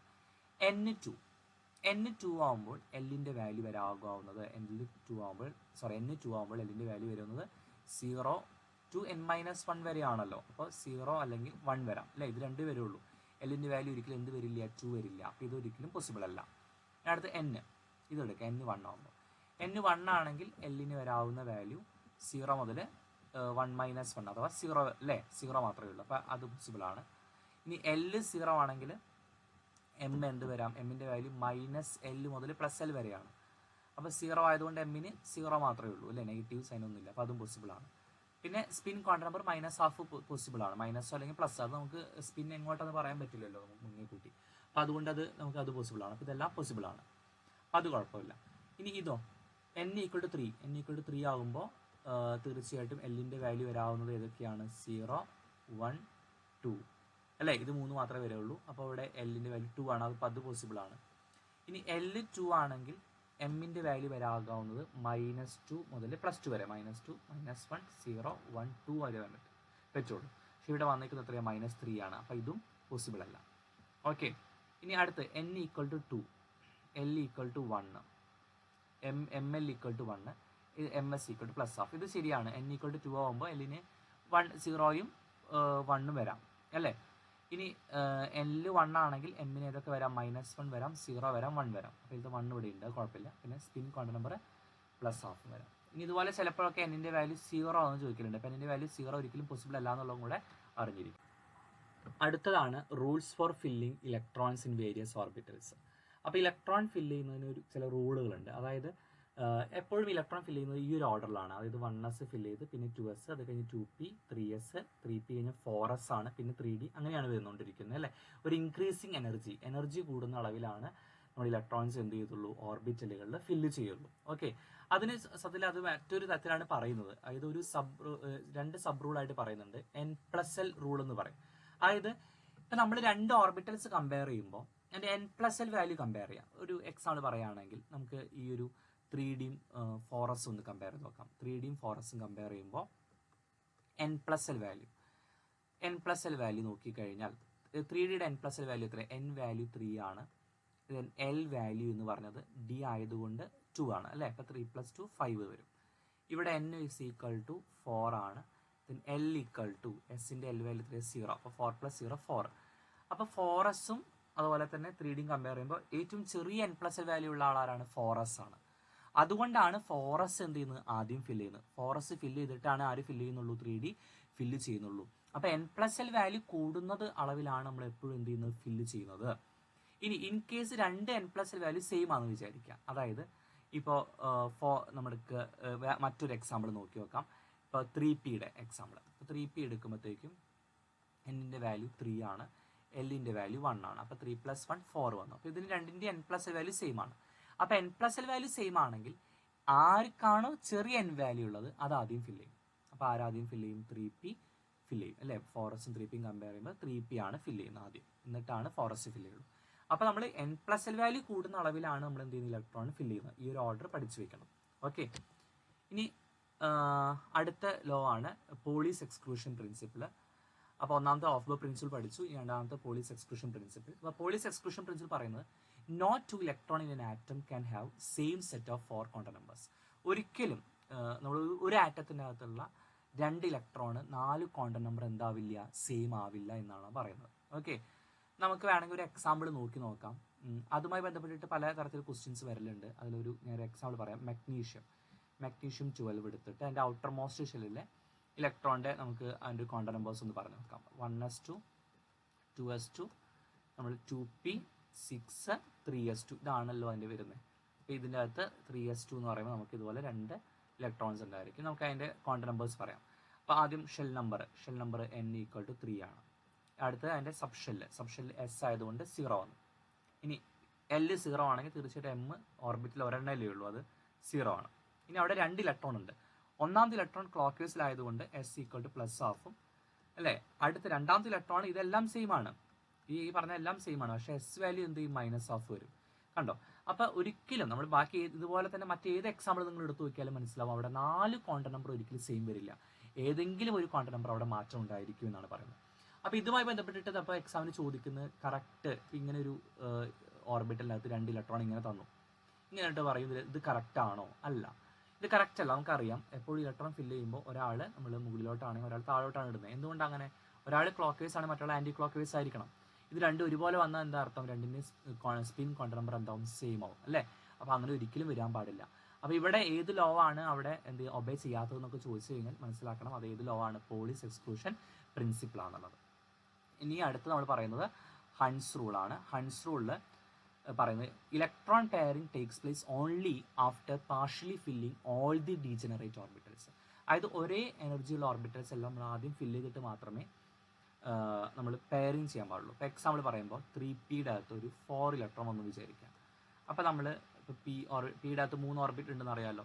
നമ്മൾ ഇങ്ങനെ ഫില്ല് ചെയ്തു എന്ന് വിചാരിക്കുക, രണ്ടെണ്ണം വീതം ഫില്ല് ചെയ്തു. ഇതൊരിക്കലും പോസിബിൾ അല്ല. എന്താ ചെയ്യേണ്ടത്? നമ്മൾ ആദ്യം ചെയ്യേണ്ടത് ഓരോ ഓർബിറ്റിലും ആദ്യം ഓരോ ഇലക്ട്രോൺ കൊടുക്കണം, എന്നിട്ട് മാത്രം നമ്മൾ എന്ത് ചെയ്യാൻ പാടുള്ളൂ, പെയർ ചെയ്യാനായിട്ട് പാടുള്ളൂ. അപ്പോൾ ഇങ്ങനത്തെ നമുക്ക് ഈ തെറ്റായ കോൺഫിഗറേഷൻ അത് വയ്ക്കും. ഇപ്പോൾ ഇവിടെ ഏത് ലോ ആണ് വയലേറ്റ് ചെയ്തിരിക്കുന്നത്? ഹൺസ് റൂൾ ആണ് വയലേറ്റ് ചെയ്തിരിക്കുന്നത്. ഓക്കെ, അപ്പോൾ അത് കൃത്യമായിട്ട് അത്തരം കാര്യങ്ങൾ മനസ്സിലാക്കണം. ലാസ്റ്റ് ടോപ്പിക്കാണ് stability of completely filled and half filled subshell. അതായത് നമ്മൾ ഇലക്ട്രോണിക് കോൺഫിഗറേഷൻ എഴുതുന്ന സമയത്ത് ഹാഫ് ഫിൽ കോൺഫിഗറേഷനും അതുപോലെ ഫുൾ ഫിൽ കോൺഫിഗറേഷനും കുറച്ചും കൂടി സ്റ്റേബിൾ ഉണ്ട്. അപ്പോൾ അതിൽ തന്നെ നമുക്ക് എടുത്ത് ചോദിക്കുന്ന ഒന്നാണ് ക്രോമിയത്തിൻ്റെ അറ്റോമിക് നമ്പർ 24 ആണ്. അപ്പോൾ നമ്മൾ കോൺഫിഗറേഷൻ എഴുതുമ്പോൾ നമ്മൾ 24 കംപ്ലീറ്റ് ആയിട്ട് എഴുതുകയാണെങ്കിൽ 1s2 2s2 2p6 അതുപോലെ 3s2 3p6 അത് കഴിഞ്ഞാൽ നമ്മൾ എവിടെയാണ് എഴുതുന്നത് 4s2 അല്ലേ. അപ്പോൾ അത് കഴിഞ്ഞിട്ടാണ് 3d 4 വരുന്നത്. അപ്പോൾ ഇങ്ങനെയാണ് നോർമലി നമ്മൾ എഴുതി പോകേണ്ടത്. പക്ഷേ വളരെ കൃത്യമായിട്ട് അറിഞ്ഞിരിക്കണം, ഡി ഓർബിറ്റിൽ 10 ഇലക്ട്രോൺസ് ആണ് ഉൾക്കൊള്ളുന്നത് അല്ലേ. കാരണം ഡിയുടെ അകത്ത് 5 ഓർബിറ്റിലുണ്ട്. ഓരോ ഓർബിറ്റിൽ 2 ഇലക്ട്രോൺസ് വരുമ്പോൾ 10 ഇലക്ട്രോൺ ആവും. ഓക്കെ, അപ്പോൾ ഇവിടെ ഡിയുടെ അകത്ത് 10 ഇലക്ട്രോൺസ് ആണെങ്കിൽ സ്റ്റേബിൾ ആണ്, അല്ലെങ്കിൽ അതിന്റെ പകുതി 5 ഇലക്ട്രോൺ വന്നാലും എന്താണ്, സ്റ്റേബിൾ ആണ്. ഓക്കെ, അപ്പോൾ ഇവിടെ ശ്രദ്ധിക്കുക, 4s നിന്നും ഒരു ഇലക്ട്രോൺ നമ്മൾ എടുത്ത് എവിടേക്ക് കൊടുക്കും, നമ്മൾ ഈ ഒരു ഡിയിലേക്ക് കൊടുക്കും. അങ്ങനെ 3d5 വരും. ഓക്കെ, ഇത്രയും ഇതിന് പകരം നമുക്ക് വേണമെങ്കിൽ ആർഗന്റെ കോൺഫിഗറേഷൻ IR എന്ന് എഴുതാനായിട്ട് സാധിക്കും. ഓക്കെ, അപ്പോൾ ഇങ്ങനെ നമുക്ക് ക്രോമിയത്തിന്റെ കോൺഫിഗറേഷൻ എഴുതാം. ക്രോമിയം 24 ആവുന്ന സമയത്ത് ഇവിടെ നിന്ന് ഒരു ഇലക്ട്രോൺ എടുത്ത് ഇങ്ങോട്ട് കൊടുക്കുന്നു. എന്തിനു വേണ്ടിയിട്ടാണ് കൊടുക്കുന്നത്, സ്റ്റെബിലിറ്റി അല്ലെ, ഹാഫ് ഫീൽഡിൽ ആയുള്ള കോൺഫിഗറേഷൻ സ്റ്റേബിൾ ആണ് അറിയാൻ വേണ്ടിയിട്ടാണ്. അതുപോലെ തന്നെ കോപ്പർ 29 ആണ്. അപ്പോൾ ഇവിടെ കോപ്പർ 29 വരുന്ന സമയത്ത് ഇതുപോലെ തന്നെ കോൺഫിഗറേഷൻ വരും. അപ്പോൾ ലാസ്റ്റ് നോർമലി വരേണ്ടത് 4s to 3d9 ആണ്. പക്ഷെ ഇവിടെ 3d ഫുൾ ആയി കഴിഞ്ഞാൽ സ്റ്റേബിൾ ആവുന്നത് കൊണ്ട് തന്നെ ഒരു ഇലക്ട്രോൺ കൊടുത്താൽ ഫുൾ ആവുമല്ലോ, 3d10 ആവും. അപ്പോൾ 4s1 3d10 ആവും. അപ്പോൾ അങ്ങനെ ഒരു കോൺഫിഗറേഷൻ നമ്മൾ അവിടെ കൊടുക്കുന്നുണ്ട് എന്നും കൂടെ അറിഞ്ഞിരിക്കണം. അപ്പോൾ ഇത് ഈ ഫുൾഫിൽ കോൺഫിഗറേഷൻ എന്താണ്, സ്റ്റേബിൾ ആണ്. അപ്പോൾ ഈ ക്രോമിയം കോപ്പർ കോൺഫിഗറേഷൻസ് കുറച്ച് സ്പെഷ്യലായിട്ട് പഠിച്ചു വയ്ക്കണം. അപ്പോൾ ഇന്നത്തെ ക്ലാസ് എല്ലാവർക്കും മനസ്സിലായെന്ന് വിചാരിക്കുന്നു. അപ്പോൾ നമ്മൾ ഇനിയും നമ്മൾ ഫോക്കസ് ഏരിയൻ്റെ ബേസ് ചെയ്യുന്ന ക്ലാസ്സസ് ഉണ്ടായിരിക്കും. അപ്പോൾ തീർച്ചയായിട്ടും നിങ്ങൾ നിങ്ങളുടെ അഭിപ്രായങ്ങളൊക്കെ കമൻറ്റ് ചെയ്യാൻ മറക്കരുത്.